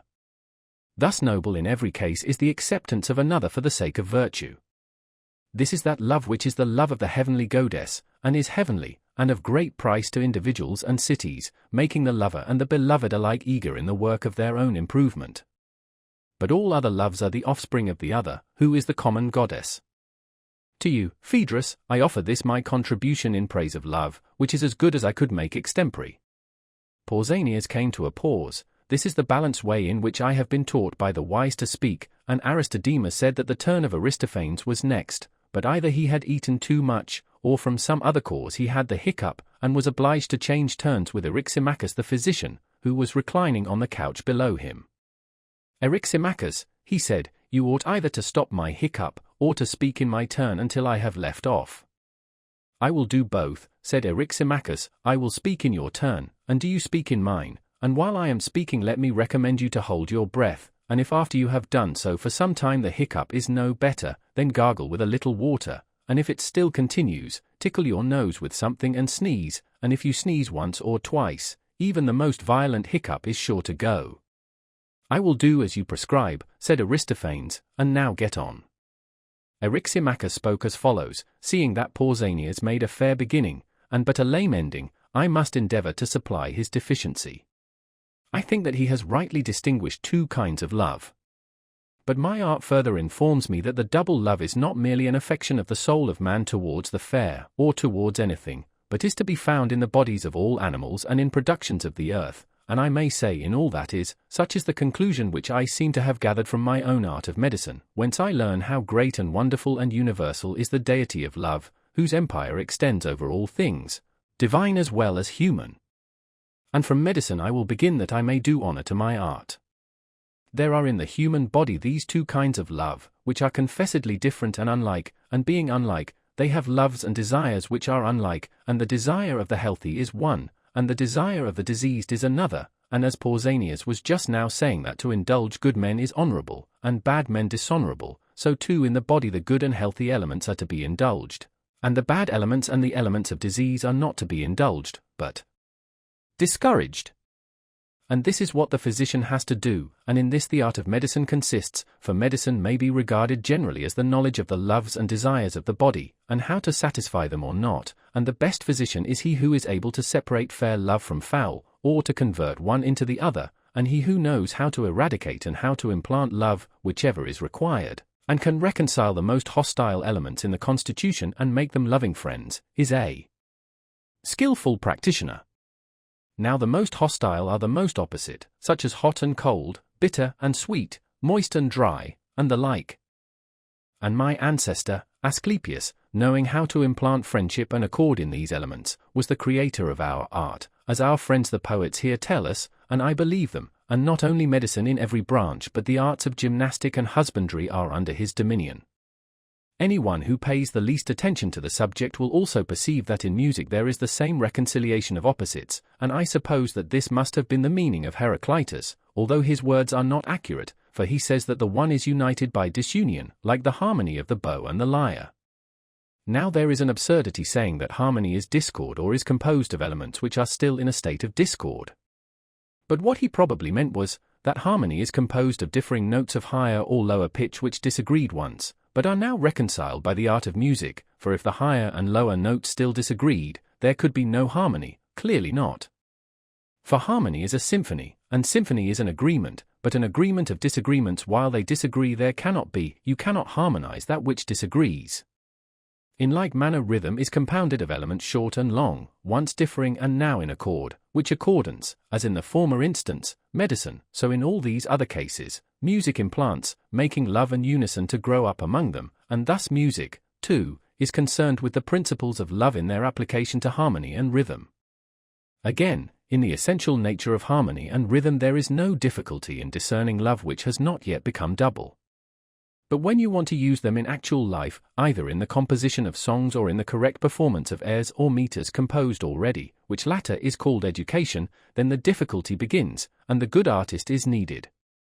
Then the old tale has to be repeated of fair and heavenly love, the love of Urania the fair and heavenly muse, and of the duty of accepting the temperate, and those who are as yet intemperate only that they may become temperate, and of preserving their love, and again, of the vulgar polyhymnia, who must be used with circumspection that the pleasure be enjoyed, but may not generate licentiousness, just as in my own art it is a great matter so to regulate the desires of the epicure that he may gratify his tastes without the attendant evil of disease. Whence I infer that in music, in medicine, in all other things human as well as divine, both loves ought to be noted as far as may be, for they are both present. The course of the seasons is also full of both these principles, and when, as I was saying, the elements of hot and cold, moist and dry, attain the harmonious love of one another and blend in temperance and harmony, they bring to men, animals, and plants health and plenty, and do them no harm, whereas the wanton love, getting the upper hand and affecting the seasons of the year, is very destructive and injurious, being the source of pestilence, and bringing many other kinds of diseases on animals and plants, for hoarfrost and hail and blight spring from the excesses and disorders of these elements of love, which to know in relation to the revolutions of the heavenly bodies and the seasons of the year is termed astronomy. Furthermore, all sacrifices and the whole province of divination, which is the art of communion between gods and men, these, I say, are concerned only with the preservation of the good and the cure of the evil love.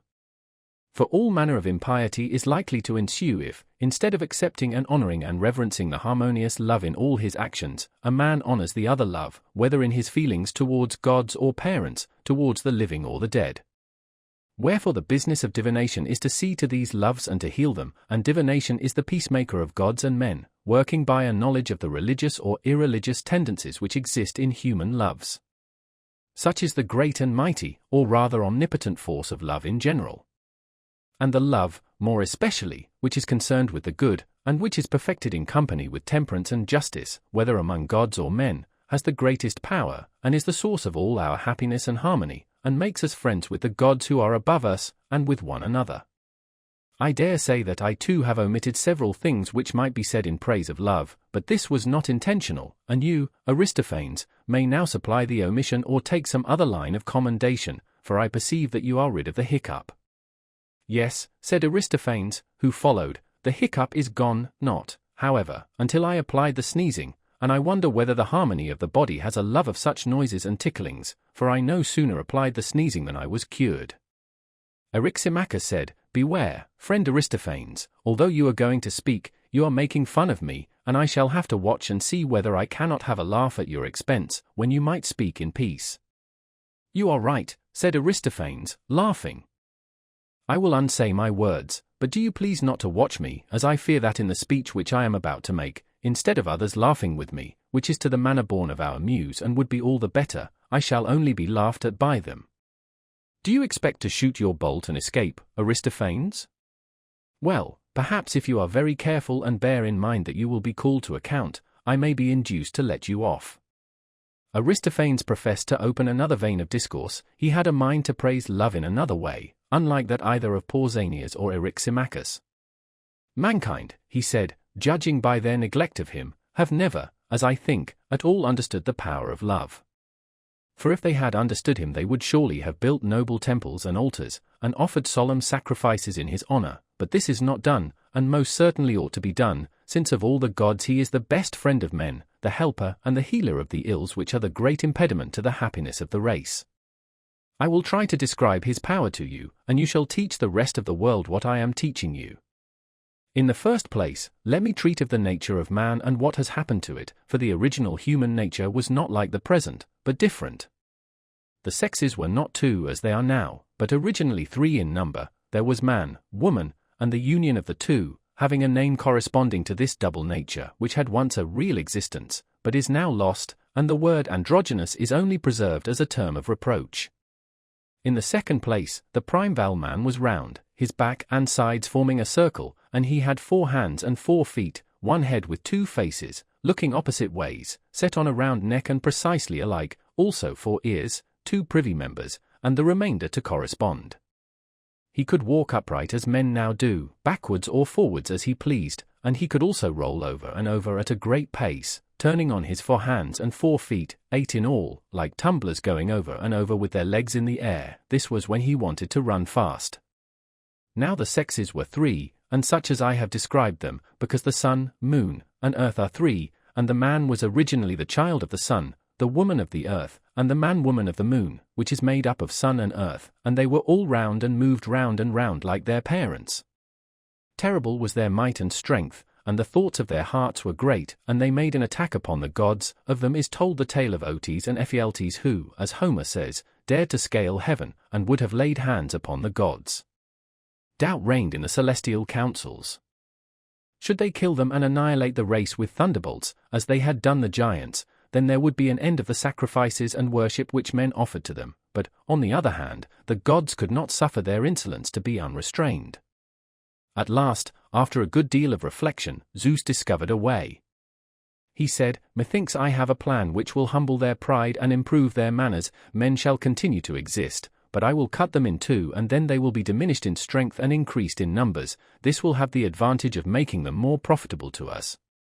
They shall walk upright on 2 legs, and if they continue insolent and will not be quiet, I will split them again and they shall hop about on a single leg."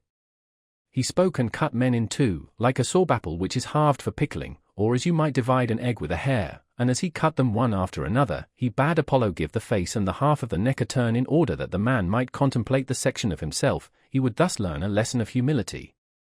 Apollo was also bidden to heal their wounds and compose their forms. So he gave a turn to the face and pulled the skin from the sides all over that which in our language is called the belly, like the purses which draw in, and he made one mouth at the center, which he fastened in a knot, the same which is called the navel. He also molded the breast and took out most of the wrinkles, much as a shoemaker might smooth leather upon a last. He left a few, however, in the region of the belly and navel, as a memorial of the primeval state. After the division, the 2 parts of man, each desiring his other half, came together, and throwing their arms about one another, entwined in mutual embraces, longing to grow into one, they were on the point of dying from hunger and self-neglect, because they did not like to do anything apart, and when one of the halves died and the other survived, the survivor sought another mate, man or woman as we call them, being the sections of entire men or women, and clung to that. They were being destroyed, when Zeus in pity of them invented a new plan. He turned the parts of generation round to the front, for this had not been always their position, and they sowed the seed no longer as hitherto like grasshoppers in the ground, but in one another, and after the transposition the male generated in the female in order that by the mutual embraces of man and woman they might breed, and the race might continue, or if man came to man they might be satisfied, and rest, and go their ways to the business of life. So ancient is the desire of one another which is implanted in us, reuniting our original nature, making one of 2, and healing the state of man. Each of us when separated, having one side only, like a flat fish, is but the indenture of a man, and he is always looking for his other half. Men who are a section of that double nature which was once called androgynous are lovers of women. Adulterers are generally of this breed, and also adulterous women who lust after men. The women who are a section of the woman do not care for men, but have female attachments. The female companions are of this sort. But they who are a section of the male follow the male, and while they are young, being slices of the original man, they hang about men and embrace them, and they are themselves the best of boys and youths, because they have the most manly nature. Some indeed assert that they are shameless, but this is not true, for they do not act thus from any want of shame, but because they are valiant and manly, and have a manly countenance, and they embrace that which is like them. And these when they grow up become our statesmen, and these only, which is a great proof of the truth of what I am saying. When they reach manhood they are lovers of youth, and are not naturally inclined to marry or beget children. If at all, they do so only in obedience to the law, but they are satisfied if they may be allowed to live with one another unwed, and such a nature is prone to love and ready to return love, always embracing that which is akin to him.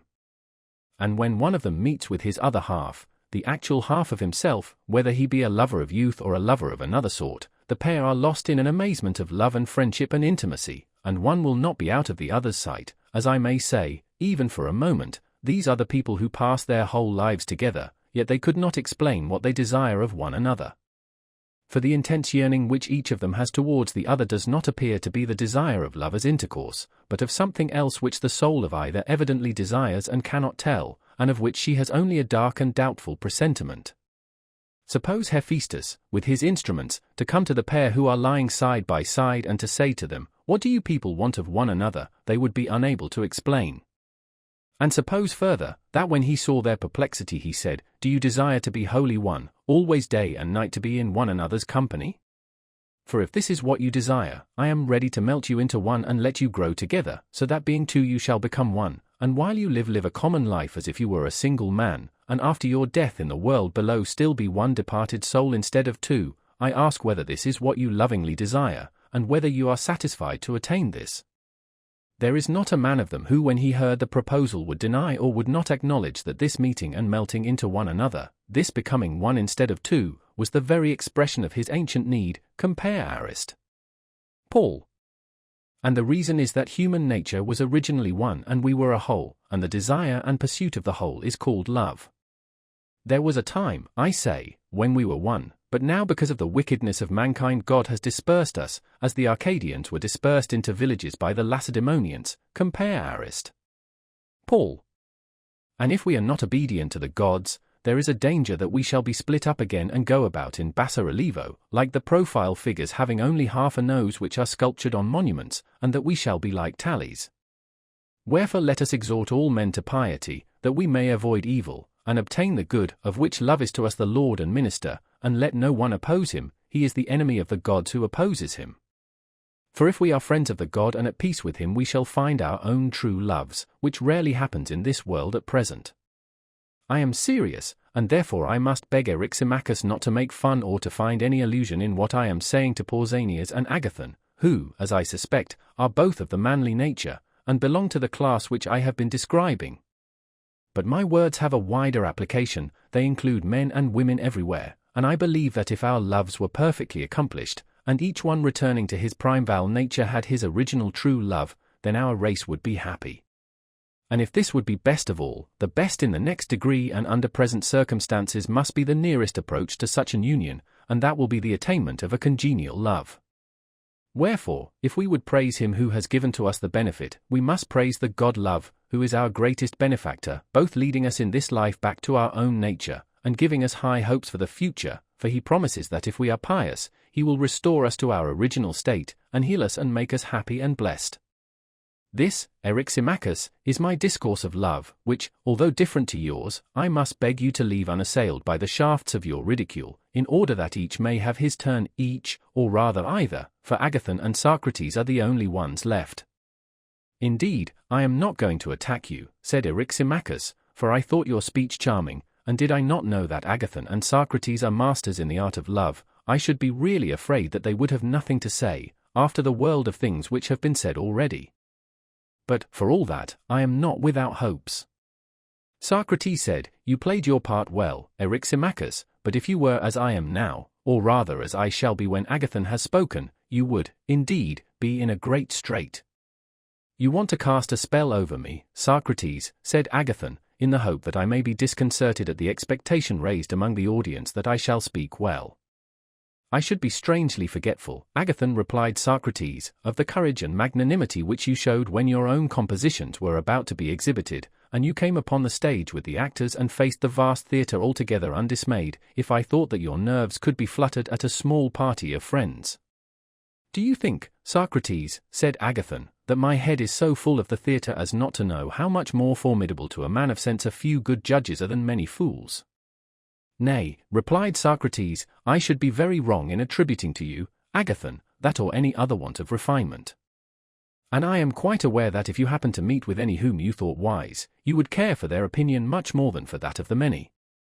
But then we, having been a part of the foolish many in the theatre, cannot be regarded as the select wise, though I know that if you chance to be in the presence, not of one of ourselves, but of some really wise man, you would be ashamed of disgracing yourself before him, would you not?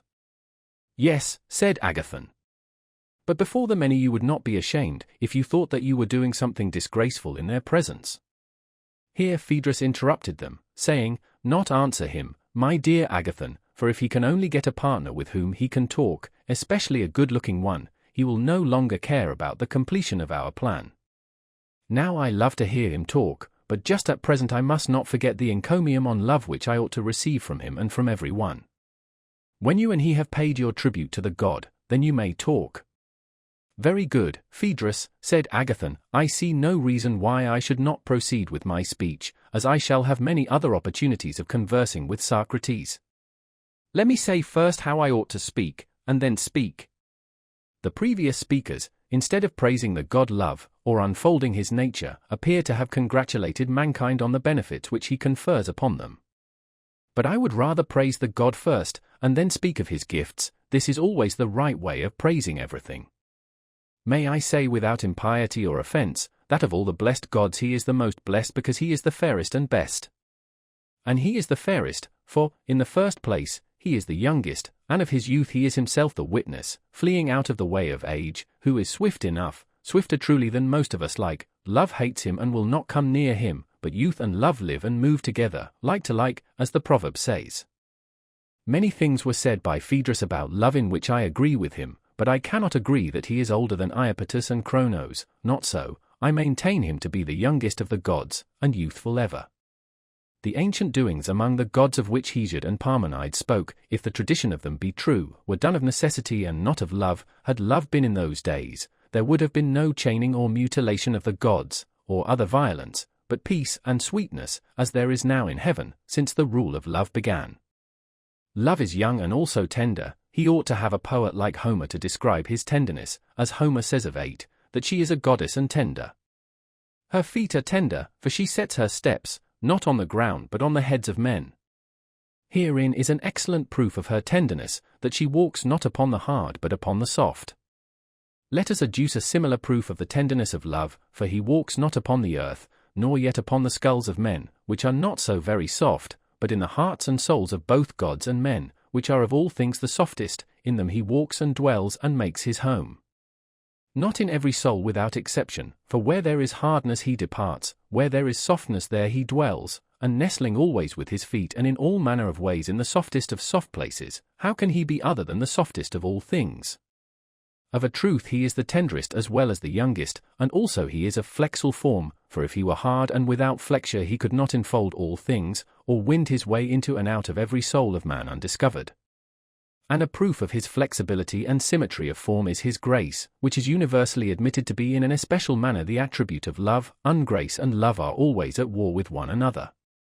The fairness of his complexion is revealed by his habitation among the flowers, for he dwells not amid bloomless or fading beauties, whether of body or soul or aught else, but in the place of flowers and scents, there he sits and abides.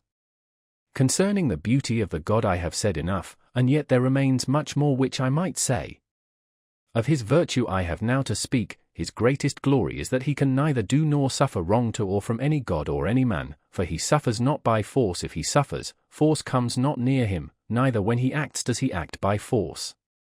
For all men in all things serve him of their own free will, and where there is voluntary agreement, there, as the laws which are the lords of the city say, is justice. And not only is he just but exceedingly temperate, for temperance is the acknowledged ruler of the pleasures and desires, and no pleasure ever masters love. He is their master and they are his servants, and if he conquers them he must be temperate indeed. As to courage, even the god of war is no match for him. He is the captive and love is the lord, for love, the love of Aphrodite, masters him, as the tale runs, and the master is stronger than the servant. And if he conquers the bravest of all others, he must be himself the bravest. Of his courage and justice and temperance I have spoken, but I have yet to speak of his wisdom, and according to the measure of my ability I must try to do my best. In the first place he is a poet, and here, like Eryximachus, I magnify my art, and he is also the source of poesy in others, which he could not be if he were not himself a poet. And at the touch of him every one becomes a poet, even though he had no music in him before. A fragment of the Sthenoeia of Euripides. This also is a proof that love is a good poet and accomplished in all the fine arts, for no one can give to another that which he has not himself, or teach that of which he has no knowledge. Who will deny that the creation of the animals is his doing? Are they not all the works of his wisdom, born and begotten of him? And as to the artists, Do we not know that he only of them whom love inspires has the light of fame, he whom love touches not walks in darkness? The arts of medicine and archery and divination were discovered by Apollo, under the guidance of love and desire, so that he too is a disciple of love. Also the melody of the Muses, the metallurgy of Hephaestus, the weaving of Athene, the empire of Zeus over gods and men, are all due to love, who was the inventor of them. And so love set in order the empire of the gods, the love of beauty, as is evident, for with deformity love has no concern. In the days of old, as I began by saying, dreadful deeds were done among the gods, for they were ruled by necessity, but now since the birth of love, and from the love of the beautiful, has sprung every good in heaven and earth. Therefore, Phaedrus, I say of love that he is the fairest and best in himself, and the cause of what is fairest and best in all other things.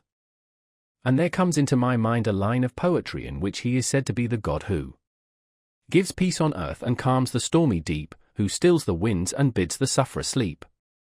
This is he who empties men of disaffection and fills them with affection, who makes them to meet together at banquets such as these, in sacrifices, feasts, dances. He is our Lord, who sends courtesy and sends away discourtesy, who gives kindness ever and never gives unkindness, the friend of the good, the wonder of the wise, the amazement of the gods, desired by those who have no part in him, and precious to those who have the better part in him, parent of delicacy, luxury, desire, fondness, softness, grace, regardful of the good, regardless of the evil, in every word, work, wish, fear, saviour, pilot, comrade, helper, glory of gods and men, leader best and brightest, in whose footsteps let every man follow, sweetly singing in his honour and joining in that sweet strain with which love charms the souls of gods and men.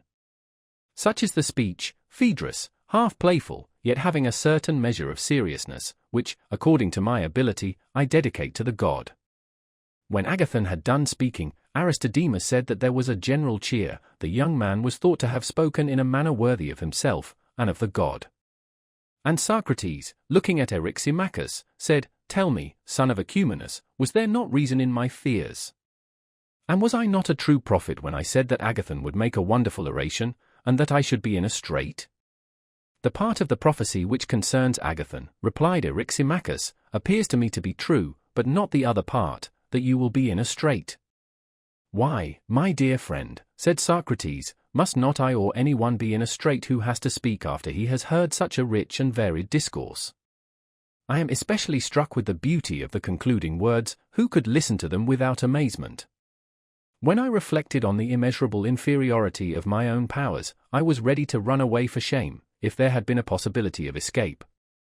For I was reminded of Gorgias, and at the end of his speech I fancied that Agathon was shaking at me the Gorginian or Gorgonian head of the great master of rhetoric, which was simply to turn me and my speech into stone, as Homer says, Odyssey, and strike me dumb.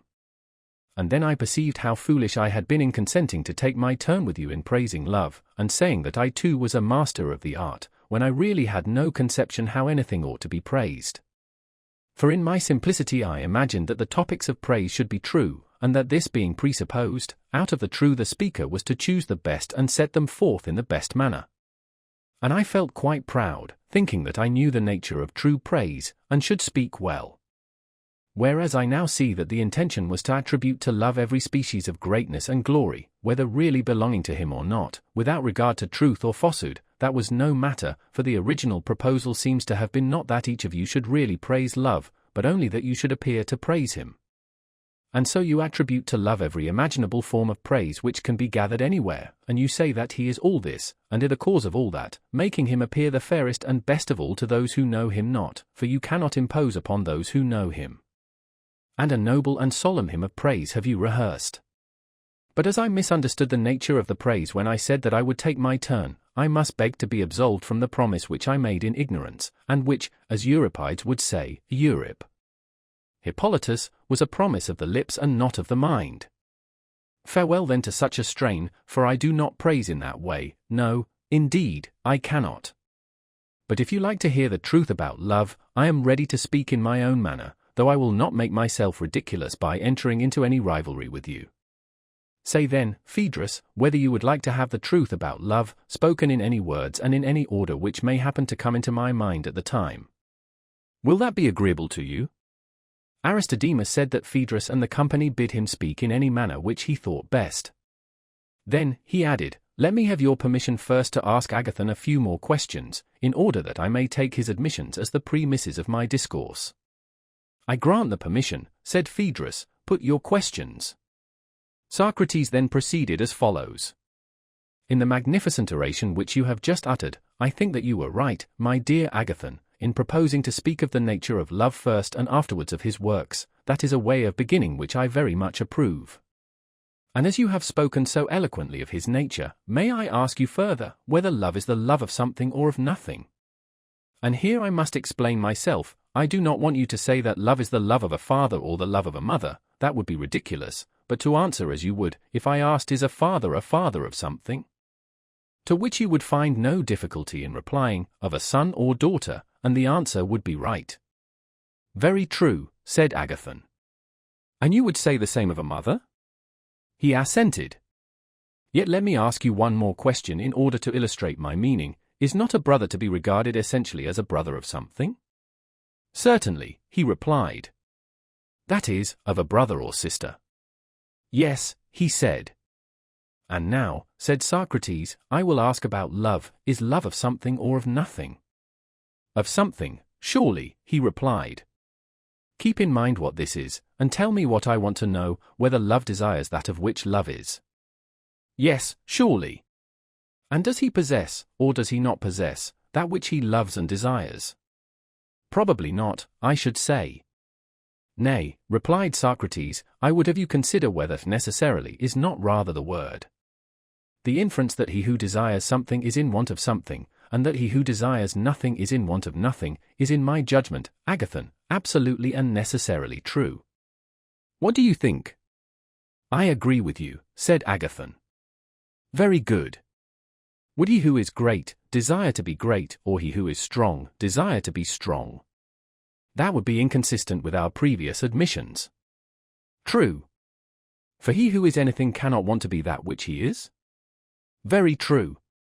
And yet, added Socrates, if a man being strong desired to be strong, or being swift desired to be swift, or being healthy desired to be healthy, in that case he might be thought to desire something which he already has or is.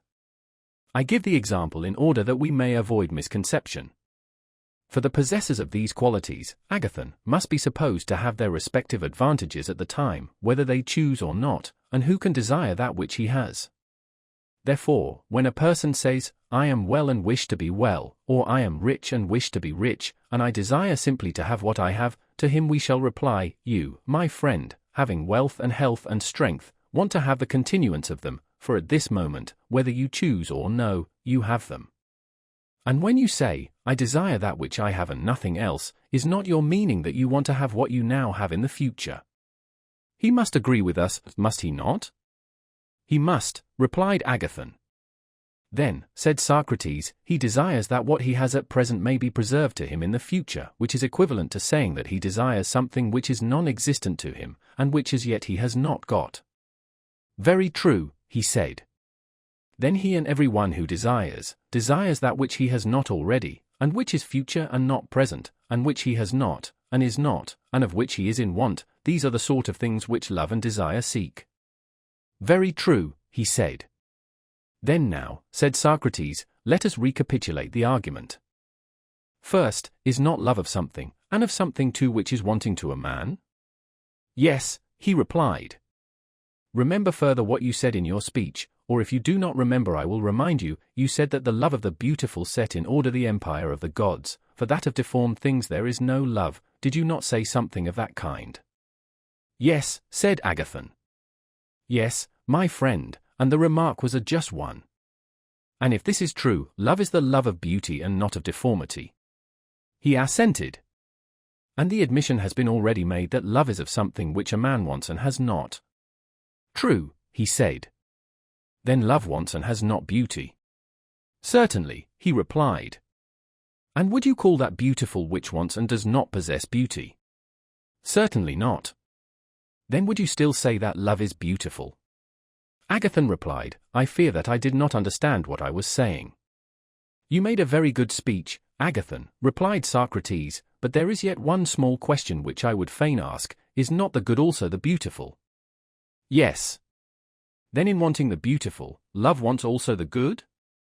I cannot refute you, Socrates, said Agathon. Let us assume that what you say is true. Say rather, beloved Agathon, that you cannot refute the truth, for Socrates is easily refuted. And now, taking my leave of you, I would rehearse a tale of love which I heard from Diotima of Mantinea. Compare one Alcibiades, a woman wise in this and in many other kinds of knowledge, who in the days of old, when the Athenians offered sacrifice before the coming of the plague, delayed the disease 10 years. She was my instructress in the art of love, and I shall repeat to you what she said to me, beginning with the admissions made by Agathon, which are nearly if not quite the same which I made to the wise woman when she questioned me. I think that this will be the easiest way, and I shall take both parts myself as well as I can. Compare Gorgias. As you, Agathon, suggested, supra, I must speak first of the being and nature of love, and then of his works.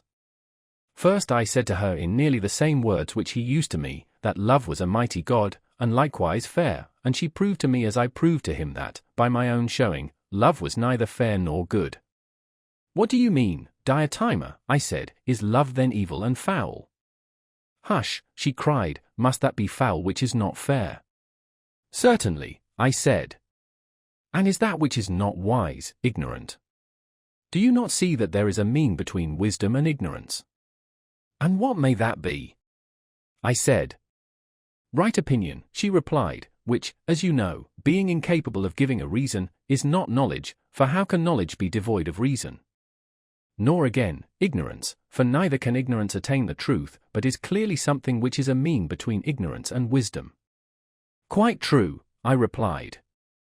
Do not then insist, she said, that what is not fair is of necessity foul, or what is not good evil, or infer that because love is not fair and good he is therefore foul and evil, for he is in a mean between them. Well, I said, love is surely admitted by all to be a great god. By those who know or by those who do not know? By all.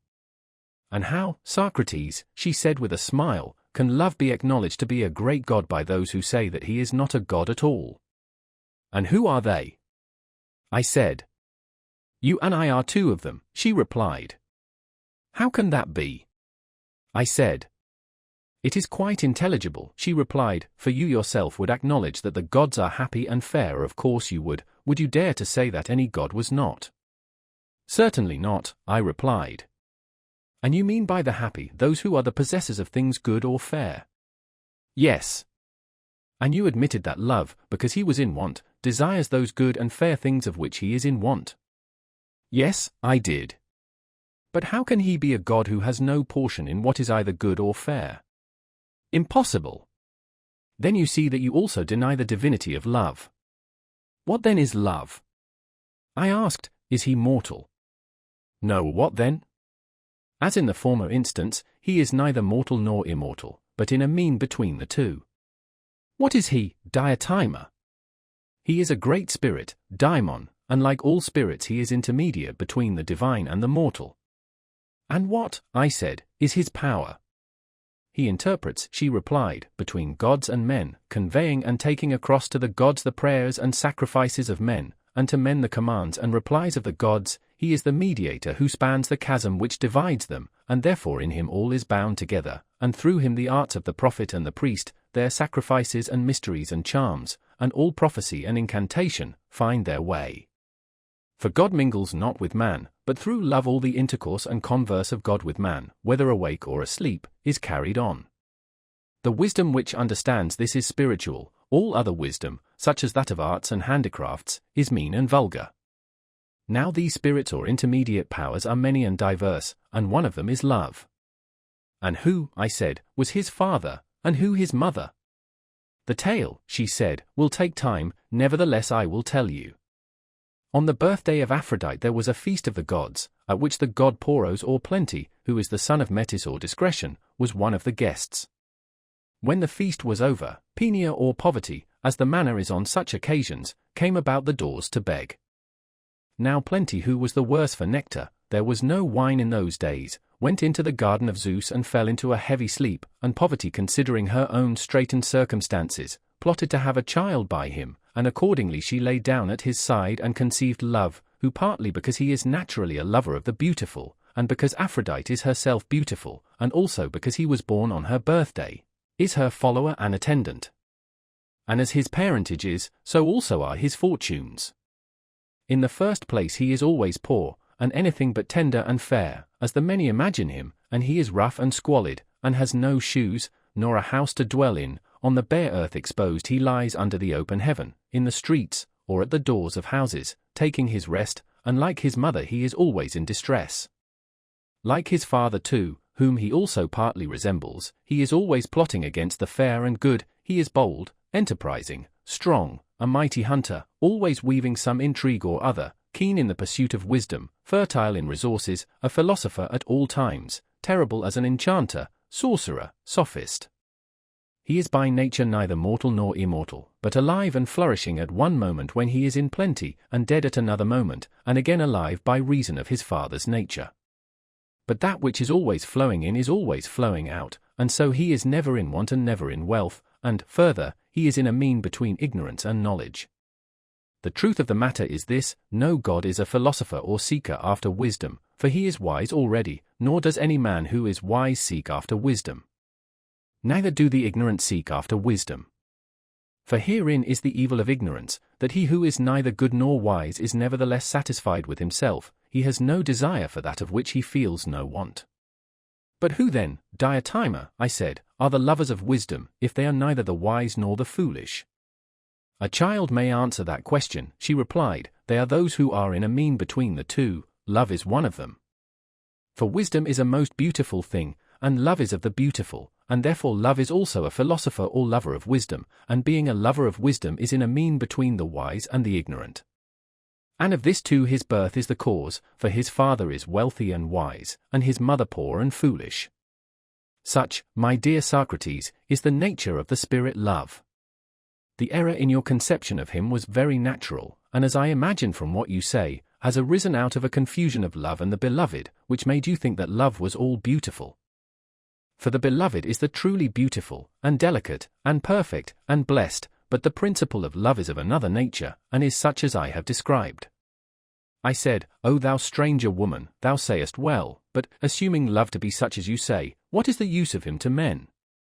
That, Socrates, she replied, I will attempt to unfold. Of his nature and birth I have already spoken, and you acknowledge that love is of the beautiful. But some one will say, of the beautiful in what, Socrates and Diotima, or rather let me put the question more clearly, and ask, when a man loves the beautiful, what does he desire? I answered her that the beautiful may be his. Still, she said, the answer suggests a further question, what is given by the possession of beauty? To what you have asked, I replied, I have no answer ready. Then, she said, let me put the word good in the place of the beautiful, and repeat the question once more, if he who loves loves the good, what is it then that he loves? The possession of the good, I said. And what does he gain who possesses the good? Happiness, I replied, there is less difficulty in answering that question. Yes, she said, the happy are made happy by the acquisition of good things. Nor is there any need to ask why a man desires happiness, the answer is already final. You are right, I said. And is this wish and this desire common to all? And do all men always desire their own good, or only some men, what say you? All men, I replied, the desire is common to all. Why, then, she rejoined, are not all men, Socrates, said to love, but only some of them? Whereas you say that all men are always loving the same things. I myself wonder, I said, why this is. There is nothing to wonder at, she replied, the reason is that one part of love is separated off and receives the name of the whole, but the other parts have other names. Give an illustration, I said. She answered me as follows, there is poetry, which, as you know, is complex and manifold. All creation or passage of non-being into being is poetry or making, and the processes of all art are creative, and the masters of arts are all poets or makers. Very true. Still, she said, you know that they are not called poets, but have other names, only that portion of the art which is separated off from the rest, and is concerned with music and meter, is termed poetry, and they who possess poetry in this sense of the word are called poets. Very true, I said. And the same holds of love. For you may say generally that all desire of good and happiness is only the great and subtle power of love, but they who are drawn towards him by any other path, whether the path of money-making or gymnastics or philosophy, are not called lovers. The name of the whole is appropriated to those whose affection takes one form only. They alone are said to love, or to be lovers. I dare say, I replied, that you are right. Yes, she added, and you hear people say that lovers are seeking for their other half, but I say that they are seeking neither for the half of themselves, nor for the whole, unless the half or the whole be also a good. And they will cut off their own hands and feet and cast them away, if they are evil, for they love not what is their own, unless perchance there be some one who calls what belongs to him the good, and what belongs to another the evil. For there is nothing which men love but the good. Is there anything? Certainly, I should say, that there is nothing. Then, she said, the simple truth is, that men love the good. Yes, I said. To which must be added that they love the possession of the good. Yes, that must be added. And not only the possession, but the everlasting possession of the good. That must be added too. Then love, she said, may be described generally as the love of the everlasting possession of the good. That is most true. Then if this be the nature of love, can you tell me further, she said, what is the manner of the pursuit? What are they doing who show all this eagerness and heat which is called love? And what is the object which they have in view? Answer me. Nay, Diotima, I replied, if I had known, I should not have wondered at your wisdom, neither should I have come to learn from you about this very matter. Well, she said, I will teach you, the object which they have in view is birth in beauty, whether of body or soul. I do not understand you, I said, the oracle requires an explanation. I will make my meaning clearer, she replied. I mean to say, that all men are bringing to the birth in their bodies and in their souls. There is a certain age at which human nature is desirous of procreation which must be in beauty and not in deformity, and this procreation is the union of man and woman, and is a divine thing, for conception and generation are an immortal principle in the mortal creature, and in the inharmonious they can never be. But the deformed is always inharmonious with the divine, and the beautiful harmonious. Beauty, then, is the destiny or goddess of parturition who presides at birth, and therefore, when approaching beauty, the conceiving power is propitious, and diffusive, and benign, and begets and bears fruit. At the sight of ugliness she frowns and contracts and has a sense of pain, and turns away, and shrivels up, and not without a pang refrains from conception. And this is the reason why, when the hour of conception arrives, and the teeming nature is full, there is such a flutter and ecstasy about beauty whose approach is the alleviation of the pain of travail. For love, Socrates, is not, as you imagine, the love of the beautiful only. What then? The love of generation and of birth in beauty. Yes, I said. Yes, indeed, she replied. But why of generation? Because to the mortal creature, generation is a sort of eternity and immortality, she replied, and if, as has been already admitted, love is of the everlasting possession of the good, all men will necessarily desire immortality together with good, wherefore love is of immortality. All this she taught me at various times when she spoke of love. And I remember her once saying to me, what is the cause, Socrates, of love, and the attendant desire? See you not how all animals, birds, as well as beasts, in their desire of procreation, are in agony when they take the infection of love, which begins with the desire of union, whereto is added the care of offspring, on whose behalf the weakest are ready to battle against the strongest even to the uttermost, and to die for them, and will let themselves be tormented with hunger or suffer anything in order to maintain their young. Man may be supposed to act thus from reason, but why should animals have these passionate feelings? Can you tell me why? Again I replied that I did not know. She said to me, and do you expect ever to become a master in the art of love, if you do not know this? But I have told you already, Diotima, that my ignorance is the reason why I come to you, for I am conscious that I want a teacher. Tell me then the cause of this and of the other mysteries of love.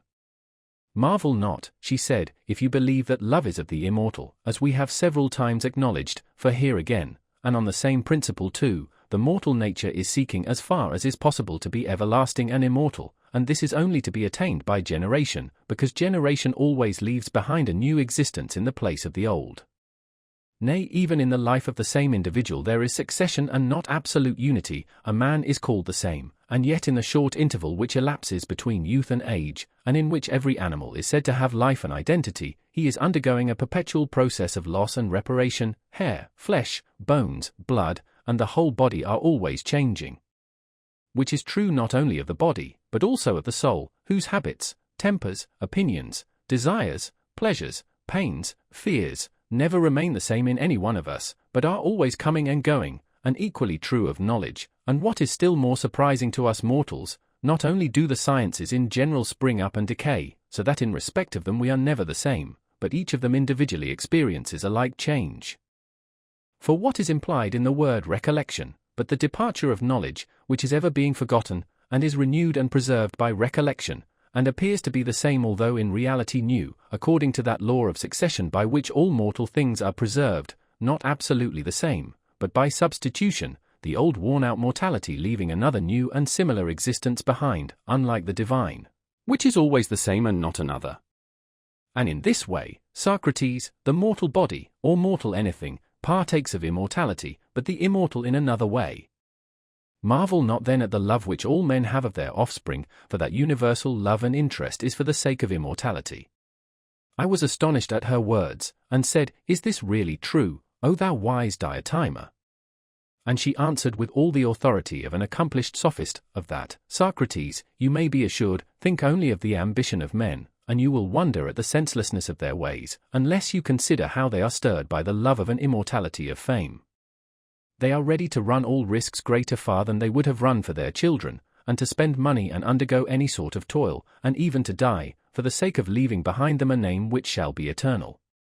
Do you imagine that Alcestis would have died to save Admetus, or Achilles to avenge Patroclus, or your own Codrus in order to preserve the kingdom for his sons, if they had not imagined that the memory of their virtues, which still survives among us, would be immortal? Nay, she said, I am persuaded that all men do all things, and the better they are the more they do them, in hope of the glorious fame of immortal virtue, for they desire the immortal. Those who are pregnant in the body only, betake themselves to women and beget children. This is the character of their love. Their offspring, as they hope, will preserve their memory and giving them the blessedness and immortality which they desire in the future. But souls which are pregnant, for there certainly are men who are more creative in their souls than in their bodies, conceive that which is proper for the soul to conceive or contain. And what are these conceptions? Wisdom and virtue in general. And such creators are poets and all artists who are deserving of the name inventor. But the greatest and fairest sort of wisdom by far is that which is concerned with the ordering of states and families, and which is called temperance and justice. And he who in youth has the seed of these implanted in him and is himself inspired, when he comes to maturity desires to beget and generate. He wanders about seeking beauty that he may beget offspring, for in deformity he will beget nothing, and naturally embraces the beautiful rather than the deformed body. Above all, when he finds a fair and noble and well-nurtured soul, he embraces the two in one person, and to such an one he is full of speech about virtue and the nature and pursuits of a good man, and he tries to educate him. And at the touch of the beautiful which is ever present to his memory, even when absent, he brings forth that which he had conceived long before, and in company with him tends that which he brings forth, and they are married by a far nearer tie and have a closer friendship than those who beget mortal children, for the children who are their common offspring are fairer and more immortal. Who, when he thinks of Homer and Hesiod and other great poets, would not rather have their children than ordinary human ones? Who would not emulate them in the creation of children such as theirs, which have preserved their memory and given them everlasting glory? Or who would not have such children as Lycurgus left behind him to be the saviours, not only of Lacedaemon, but of Hellas, as one may say? There is Solon, too, who is the revered father of Athenian laws, and many others there are in many other places, both among Hellenes and barbarians, who have given to the world many noble works, and have been the parents of virtue of every kind, and many temples have been raised in their honor for the sake of children such as theirs, which were never raised in honor of any one, for the sake of his mortal children. These are the lesser mysteries of love, into which even you, Socrates, may enter, to the greater and more hidden ones which are the crown of these, and to which, if you pursue them in a right spirit, they will lead. I know not whether you will be able to attain. But I will do my utmost to inform you, and do you follow if you can. For he who would proceed aright in this matter should begin in youth to visit beautiful forms, and first, if he be guided by his instructor aright, to love one such form only, out of that he should create fair thoughts, and soon he will of himself perceive that the beauty of one form is akin to the beauty of another, and then if beauty of form in general is his pursuit, how foolish would he be not to recognize that the beauty in every form is and the same. And when he perceives this he will abate his violent love of the one, which he will despise and deem a small thing, and will become a lover of all beautiful forms. In the next stage he will consider that the beauty of the mind is more honorable than the beauty of the outward form. So that if a virtuous soul have but a little comeliness, he will be content to love and tend him, and will search out and bring to the birth thoughts which may improve the young, until he is compelled to contemplate and see the beauty of institutions and laws, and to understand that the beauty of them all is of one family, and that personal beauty is a trifle, and after laws and institutions he will go on to the sciences, that he may see their beauty, being not like a servant in love with the beauty of one youth or man or institution, himself a slave mean and narrow-minded, but drawing towards and contemplating the vast sea of beauty, he will create many fair and noble thoughts and notions in boundless love of wisdom, until on that shore he grows and waxes strong, and at last the vision is revealed to him of a single science, which is the science of beauty everywhere. To this I will proceed, please to give me your very best attention.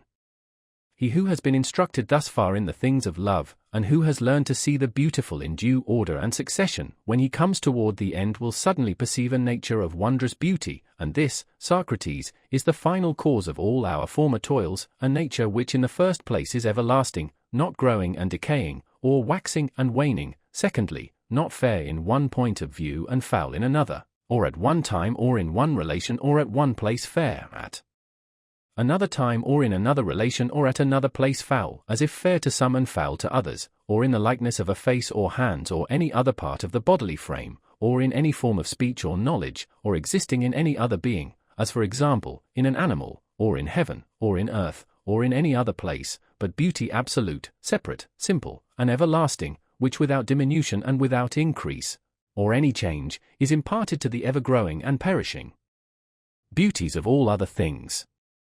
He who from these ascending under the influence of true love, begins to perceive that beauty is not far from the end. And the true order of going, or being led by another, to the things of love, is to begin from the beauties of earth and mount upwards for the sake of that other beauty, using these as steps only, and from one going on to two, and from two to all fair forms, and from fair forms to fair practices, and from fair practices to fair notions, until from fair notions he arrives at the notion of absolute beauty, and at last knows what the essence of beauty is. This, my dear Socrates, said the stranger of Mantinea, is that life above all others which man should live, in the contemplation of beauty absolute, a beauty which if you once beheld, you would see not to be after the measure of gold, and garments, and fair boys and youths, whose presence now entrances you, and you and many a one would be content to live seeing them only and conversing with them without meat or drink, if that were possible. You only want to look at them and to be with them.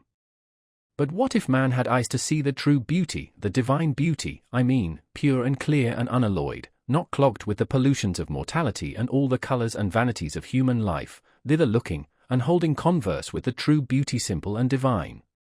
Remember how in that communion only, beholding beauty with the eye of the mind, he will be enabled to bring forth, not images of beauty, but realities, for he has hold not of an image but of a reality, and bringing forth and nourishing true virtue to become the friend of God and be immortal, if mortal man may. Would that be an ignoble life? Such, Phaedrus, and I speak not only to you, but to all of you, were the words of Diotima, and I am persuaded of their truth.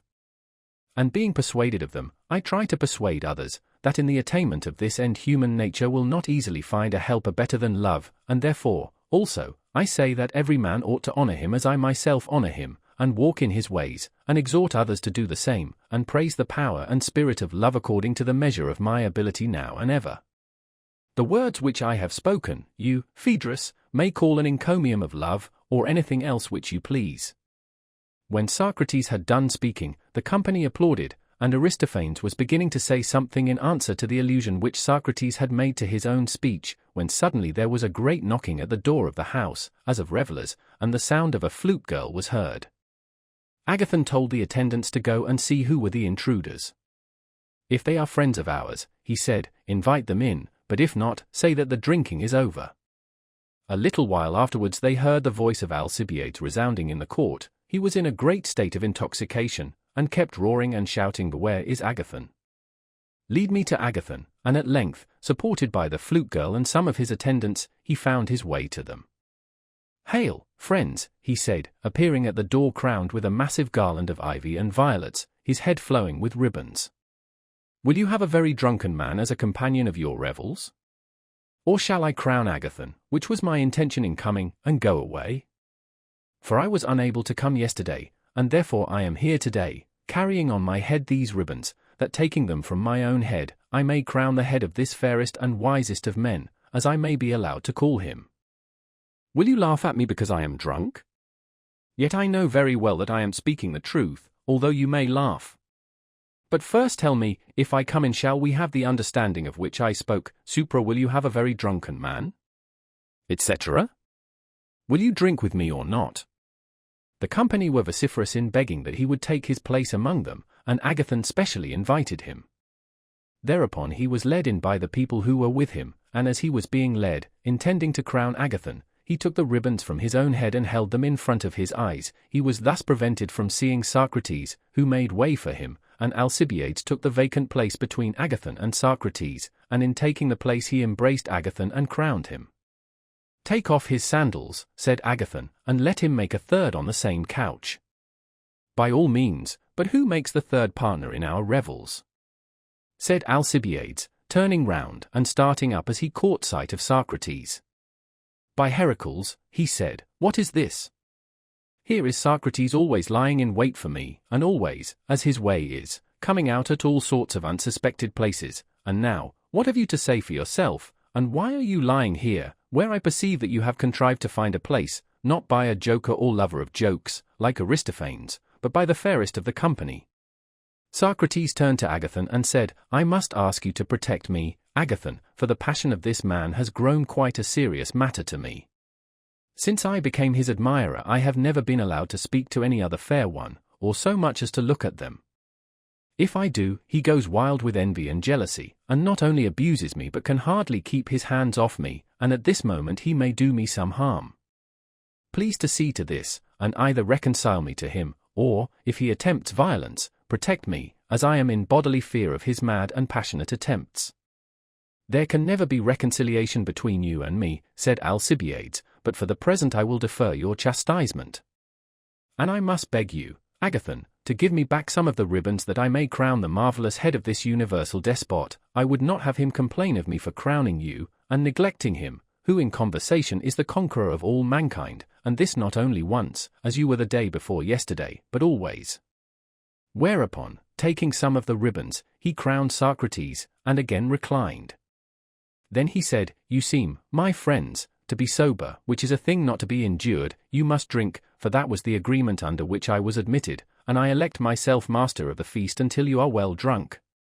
Let us have a large goblet, Agathon, or rather," he said, addressing the attendant, "bring me that wine-cooler." The wine-cooler which had caught his eye was a vessel holding more than 2 quarts. This he filled and emptied, and bade the attendant fill it again for Socrates. "Observe, my friends," said Alcibiades, "that this ingenious trick of mine will have no effect on Socrates, for he can drink any quantity of wine and not be at all nearer being drunk." Socrates drank the cup which the attendant filled for him. Eryximachus said, "What is this, Alcibiades? Are we to have neither conversation nor singing over our cups, but simply to drink as if we were thirsty?" Alcibiades replied, "Hail, worthy son of a most wise and worthy sire." "The same to you," said Eryximachus, "but what shall we do?" "That I leave to you," said Alcibiades. "The wise physician skilled our wounds to heal, from Pope's Homer, Illinois, shall prescribe and we will obey. What do you want?" "Well," said Eryximachus, "before you appeared we had passed a resolution that each one of us in turn should make a speech in praise of love, and as good a one as he could. The turn was passed round from left to right, and as all of us have spoken, and you have not spoken but have well drunken, you ought to speak, and then impose upon Socrates any task which you please, and he on his right-hand neighbor, and so on." "That is good, Eryximachus," said Alcibiades, and yet the comparison of a drunken man's speech with those of sober men is hardly fair, and I should like to know, sweet friend, whether you really believe what Socrates was just now saying, for I can assure you that the very reverse is the fact, and that if I praise any one but himself in his presence, whether God or man, he will hardly keep his hands off me. For shame, said Socrates. Hold your tongue, said Alcibiades, for by Poseidon, there is no one else whom I will praise when you are of the company. Well then, said Eryximachus, if you like praise Socrates. What do you think, Eryximachus? Said Alcibiades, shall I attack him and inflict the punishment before you all? What are you about? Said Socrates, are you going to raise a laugh at my expense? Is that the meaning of your praise? I am going to speak the truth, if you will permit me.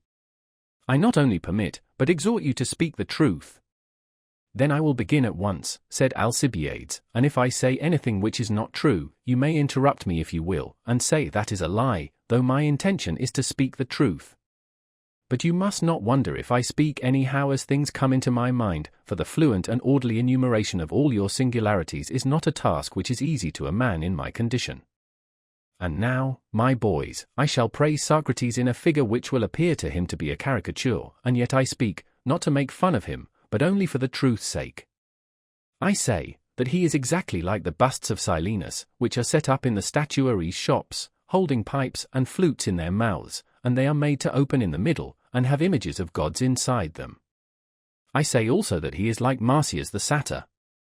You yourself will not deny, Socrates, that your face is like that of a satyr. Aye, and there is a resemblance in other points too. For example, you are a bully, as I can prove by witnesses, if you will not confess. And are you not a flute player? That you are, and a performer far more wonderful than Marsyas. He indeed with instruments used to charm the souls of men by the power of his breath, and the players of his music do so still, for the melodies of Olympus, compare Arist. Paul, are derived from Marsyas who taught them, and these, whether they are played by a great master or by a miserable flute girl, have a power which no others have, they alone possess the soul and reveal the wants of those who have need of gods and mysteries, because they are divine. But you produce the same effect with your words only, and do not require the flute, that is the difference between you and him. When we hear any other speaker, even a very good one, he produces absolutely no effect upon us, or not much, whereas the mere fragments of you and your words, even at second hand, and however imperfectly repeated, amaze and possess the souls of every man, woman, and child who comes within hearing of them. And if I were not afraid that you would think me hopelessly drunk, I would have sworn as well as spoken to the influence which they have always had and still have over me. For my heart leaps within me more than that of any Corybantian reveller, and my eyes rain tears when I hear them. And I observe that many others are affected in the same manner. I have heard Pericles and other great orators, and I thought that they spoke well, but I never had any similar feeling, my soul was not stirred by them, nor was I angry at the thought of my own slavish state. But this Marsyas has often brought me to such a pass, that I have felt as if I could hardly endure the life which I am leading. This, Socrates, you will admit, and I am conscious that if I did not shut my ears against him, and fly as from the voice of the siren, my fate would be like that of others, he would transfix me, and I should grow old sitting at his feet. For he makes me confess that I ought not to live as I do, neglecting the wants of my own soul, and busying myself with the concerns of the Athenians, therefore I hold my ears and tear myself away from him. And he is the only person who ever made me ashamed, which you might think not to be in my nature, and there is no one else who does the same. For I know that I cannot answer him or say that I ought not to do as he bids, but when I leave his presence the love of popularity gets the better of me. And therefore I run away and fly from him, and when I see him I am ashamed of what I have confessed to him. Many a time have I wished that he were dead, and yet I know that I should be much more sorry than glad, if he were to die, so that I am at my wit's end. And this is what I and many others have suffered from the flute playing of this satyr. Yet hear me once more while I show you how exact the image is, and how marvelous his power. For let me tell you, and none of you know him, but I will reveal him to you, having begun, I must go on. See you how fond he is of the fair? He is always with them and is always being smitten by them, and then again he knows nothing and is ignorant of all things, such is the appearance which he puts on. Is he not like a Silenus in this? To be sure he is, his outer mask is the carved head of the Silenus, but, O my companions in drink, when he is opened, what temperance there is residing within! Know you that beauty and wealth and honor, at which the many wonder, are of no account with him, and are utterly despised by him? He regards not at all the persons who are gifted with them. Mankind are nothing to him, all his life is spent in mocking and flouting at them. But when I opened him, and looked within at his serious purpose, I saw in him divine and golden images of such fascinating beauty that I was ready to do in a moment whatever Socrates commanded. They may have escaped the observation of others, but I saw them. Now I fancied that he was seriously enamored of my beauty, and I thought that I should therefore have a grand opportunity of hearing him tell what he knew, for I had a wonderful opinion of the attractions of my youth. In the prosecution of this design, when I next went to him, I sent away the attendant who usually accompanied me. I will confess the whole truth, and beg you to listen, and if I speak falsely, do you, Socrates, expose the falsehood. Well, he and I were alone together, and I thought that when there was nobody with us, I should hear him speak the language which lovers use to their loves when they are by themselves, and I was delighted. Nothing of the sort, he conversed as usual, and spent the day with me and then went away. Afterwards I challenged him to the palestra, and he wrestled and closed with me several times when there was no one present. I fancied that I might succeed in this manner. Not a bit, I made no way with him. Lastly, as I had failed hitherto, I thought that I must take stronger measures and attack him boldly, and, as I had begun, not give him up, but see how matters stood between him and me. So I invited him to sup with me, just as if he were a fair youth, and I a designing lover. He was not easily persuaded to come. He did, however, after a while accept the invitation, and when he came the first time, he wanted to go away at once as soon as supper was over, and I had not the face to detain him. The second time, still in pursuance of my design, after we had supped, I went on conversing far into the night, and when he wanted to go away, I pretended that the hour was late and that he had much better remain. So he lay down on the couch next to me, the same on which he had supped, and there was no one but ourselves sleeping in the apartment. All this may be told without shame to any one. But what follows I could hardly tell you if I were sober. Yet as the proverb says, in vino veritas, whether with boys, or without them, in allusion to two proverbs, and therefore I must speak. Nor, again, should I be justified in concealing the lofty actions of Socrates when I come to praise him. Moreover, I have felt the serpent's sting, and he who has suffered, as they say, is willing to tell his fellow sufferers only, as they alone will be likely to understand him, and will not be extreme in judging of the sayings or doings which have been wrung from his agony. For I have been bitten by a more than viper's tooth. I have known in my soul, or in my heart, or in some other part, that worst of pangs, more violent in ingenuous youth than any serpent's tooth, the pang of philosophy, which will make a man say or do anything. And you whom I see around me, Phaedrus and Agathon and Eryximachus and Pausanias and Aristodemus and Aristophanes, all of you, and I need not say Socrates himself, have had experience of the same madness and passion in your longing after wisdom. Therefore listen and excuse my doings then and my sayings now. But let the attendants and other profane and unmannered persons close up the doors of their ears. When the lamp was put out and the servants had gone away, I thought that I must be plain with him and have no more ambiguity. So I gave him a shake, and I said, Socrates, are you asleep? No, he said. Do you know what I am meditating? What are you meditating? He said.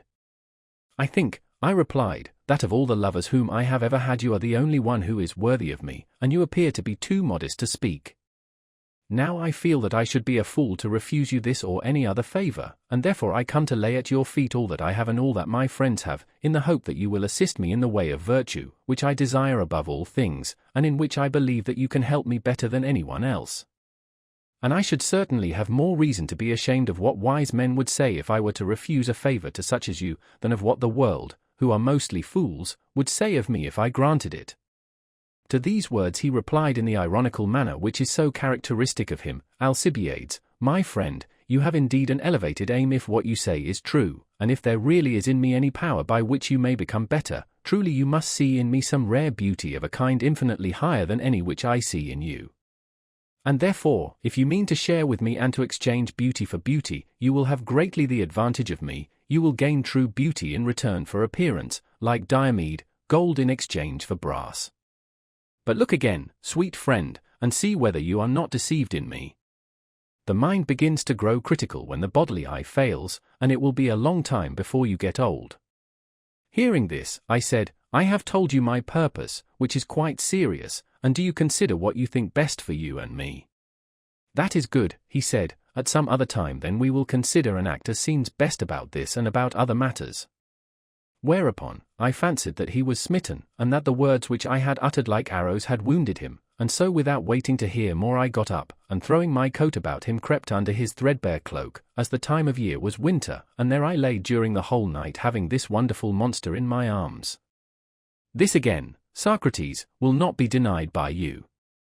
And yet, notwithstanding all, he was so superior to my solicitations, so contemptuous and derisive and disdainful of my beauty, which really, as I fancied, had some attractions. Here, O judges, for judges you shall be of the haughty virtue of Socrates, nothing more happened, but in the morning when I awoke, let all the gods and goddesses be my witnesses, I arose as from the couch of a father or an elder brother.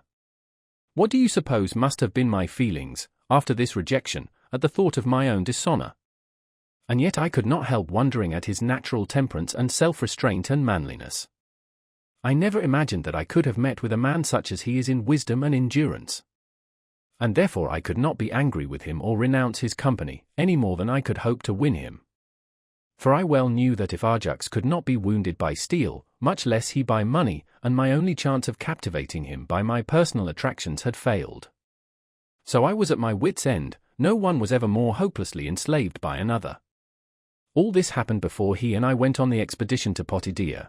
There we messed together, and I had the opportunity of observing his extraordinary power of sustaining fatigue. His endurance was simply marvelous when, being cut off from our supplies, we were compelled to go without food. On such occasions, which often happen in time of war, he was superior not only to me but to everybody. There was no one to be compared to him. Yet at a festival he was the only person who had any real powers of enjoyment. Though not willing to drink, he could if compelled beat us all at that. Wonderful to relate. No human being had ever seen Socrates drunk, and his powers, if I am not mistaken, will be tested before long. His fortitude in enduring cold was also surprising. There was a severe frost, for the winter in that region is really tremendous, and everybody else either remained indoors, or if they went out had on an amazing quantity of clothes, and were well shod, and had their feet swathed in felt and fleeces. In the midst of this, Socrates with his bare feet on the ice and in his ordinary dress marched better than the other soldiers who had shoes, and they looked daggers at him because he seemed to despise them. I have told you one tale, and now I must tell you another, which is worth hearing. Of the doings and sufferings of the enduring man. While he was on the expedition, one morning he was thinking about something which he could not resolve. He would not give it up, but continued thinking from early dawn until noon. There he stood fixed in thought, and at noon attention was drawn to him, and the rumor ran through the wondering crowd that Socrates had been standing and thinking about something ever since the break of day. At last, in the evening after supper, some Ionians out of curiosity, I should explain that this was not in winter but in summer, brought out their mats and slept in the open air that they might watch him and see whether he would stand all night. There he stood until the following morning, and with the return of light he offered up a prayer to the sun, and went his way. Compare supra. I will also tell, if you please, and indeed I am bound to tell, of his courage in battle, for who but he saved my life. Now this was the engagement in which I received the prize of valor, for I was wounded and he would not leave me, but he rescued me and my arms, and he ought to have received the prize of valor which the generals wanted to confer on me partly on account of my rank, and I told them so. This, again, Socrates will not impeach or deny, but he was more eager than the generals that I and not he should have the prize. There was another occasion on which his behavior was very remarkable, in the flight of the army after the battle of Delium, where he served among the heavy-armed. I had a better opportunity of seeing him than at Potidæa, for I was myself on horseback, and therefore comparatively out of danger. He and Laches were retreating, for the troops were in flight, and I met them and told them not to be discouraged, and promised to remain with them, and there you might see him, Aristophanes, as you describe, Aristophane. Clouds, just as he is in the streets of Athens, stalking like a pelican, and rolling his eyes, calmly contemplating enemies as well as friends, and making very intelligible to anybody, even from a distance, that whoever attacked him would be likely to meet with a stout resistance, and in this way he and his companion escaped, for this is the sort of man who is never touched in war, those only are pursued who are running away headlong. I particularly observed how superior he was to Laches in presence of mind. Many other marvels which I might narrate in praise of Socrates, most of his ways might perhaps be paralleled in another man, but his absolute unlikeness to any human being that is or ever has been is perfectly astonishing. You may imagine Brasidas and others to have been like Achilles, or you may imagine Nestor and Antenor to have been like Pericles, and the same may be said of other famous men, but of this strange being you will never be able to find any likeness, however remote, either among men who now are or who ever have been, other than that which I have already suggested of Silenus and the satyrs, and they represent in a figure not only himself, but his words.